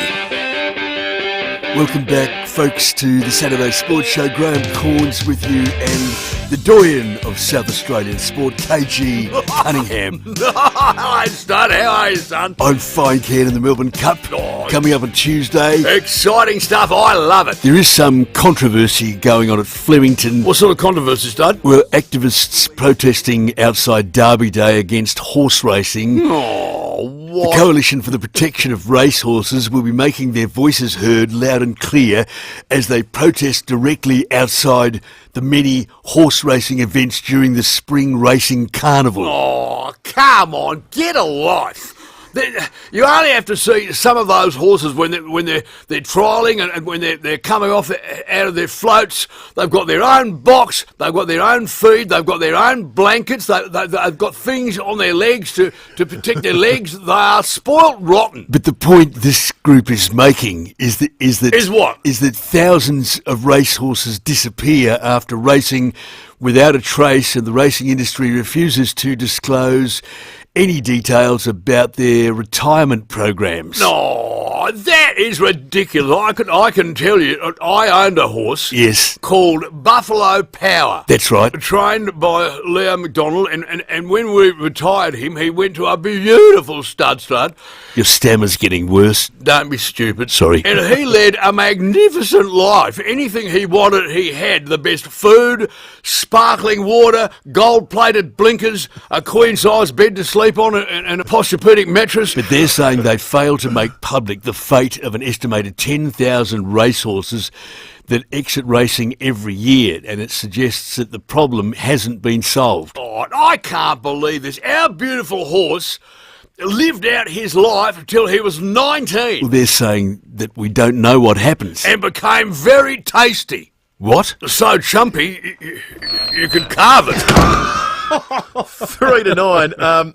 I don't know how we go to that from that to the Festival of Food, but let's give it a shot. Yeah, good luck with that. This is a labour of love that you've been doing, David, of course. I would have done this, I can't believe this actually has to be an ad. I've been rabbiting on for free for years about how good the Earl of Leicester is. Well, you got out and about and got to pursue that love as part of 5AA's Festival of Food. Well, I'm here with Chris, the owner of the wonderful Earl of Leicester Hotel here in Parkside. Chris, I was saying to you, I could have done this interview with you standing on my head, because this is the culmination of about 3 decades of research by me. I've been coming to this pub since I was a student in the late 80s. It's a pub that's steeped in tradition. It's got an incredibly proud history, the Earl of Leicester. Yeah, it has. That's one of the things which really attracted me to it. We found out it was available about a year ago, and come out of the UK, where my first job was at Dishy and 17th century coaching it. Somebody said, well, how about this pub? And I went, okay, let's go and do it. But it's such a beautiful place. It feels like the kind of pub you could pick it up and plonk it in any little picture book town in England and it would look absolutely perfect. Yeah. Well, it's a classic Victorian building, full of English history and architecture.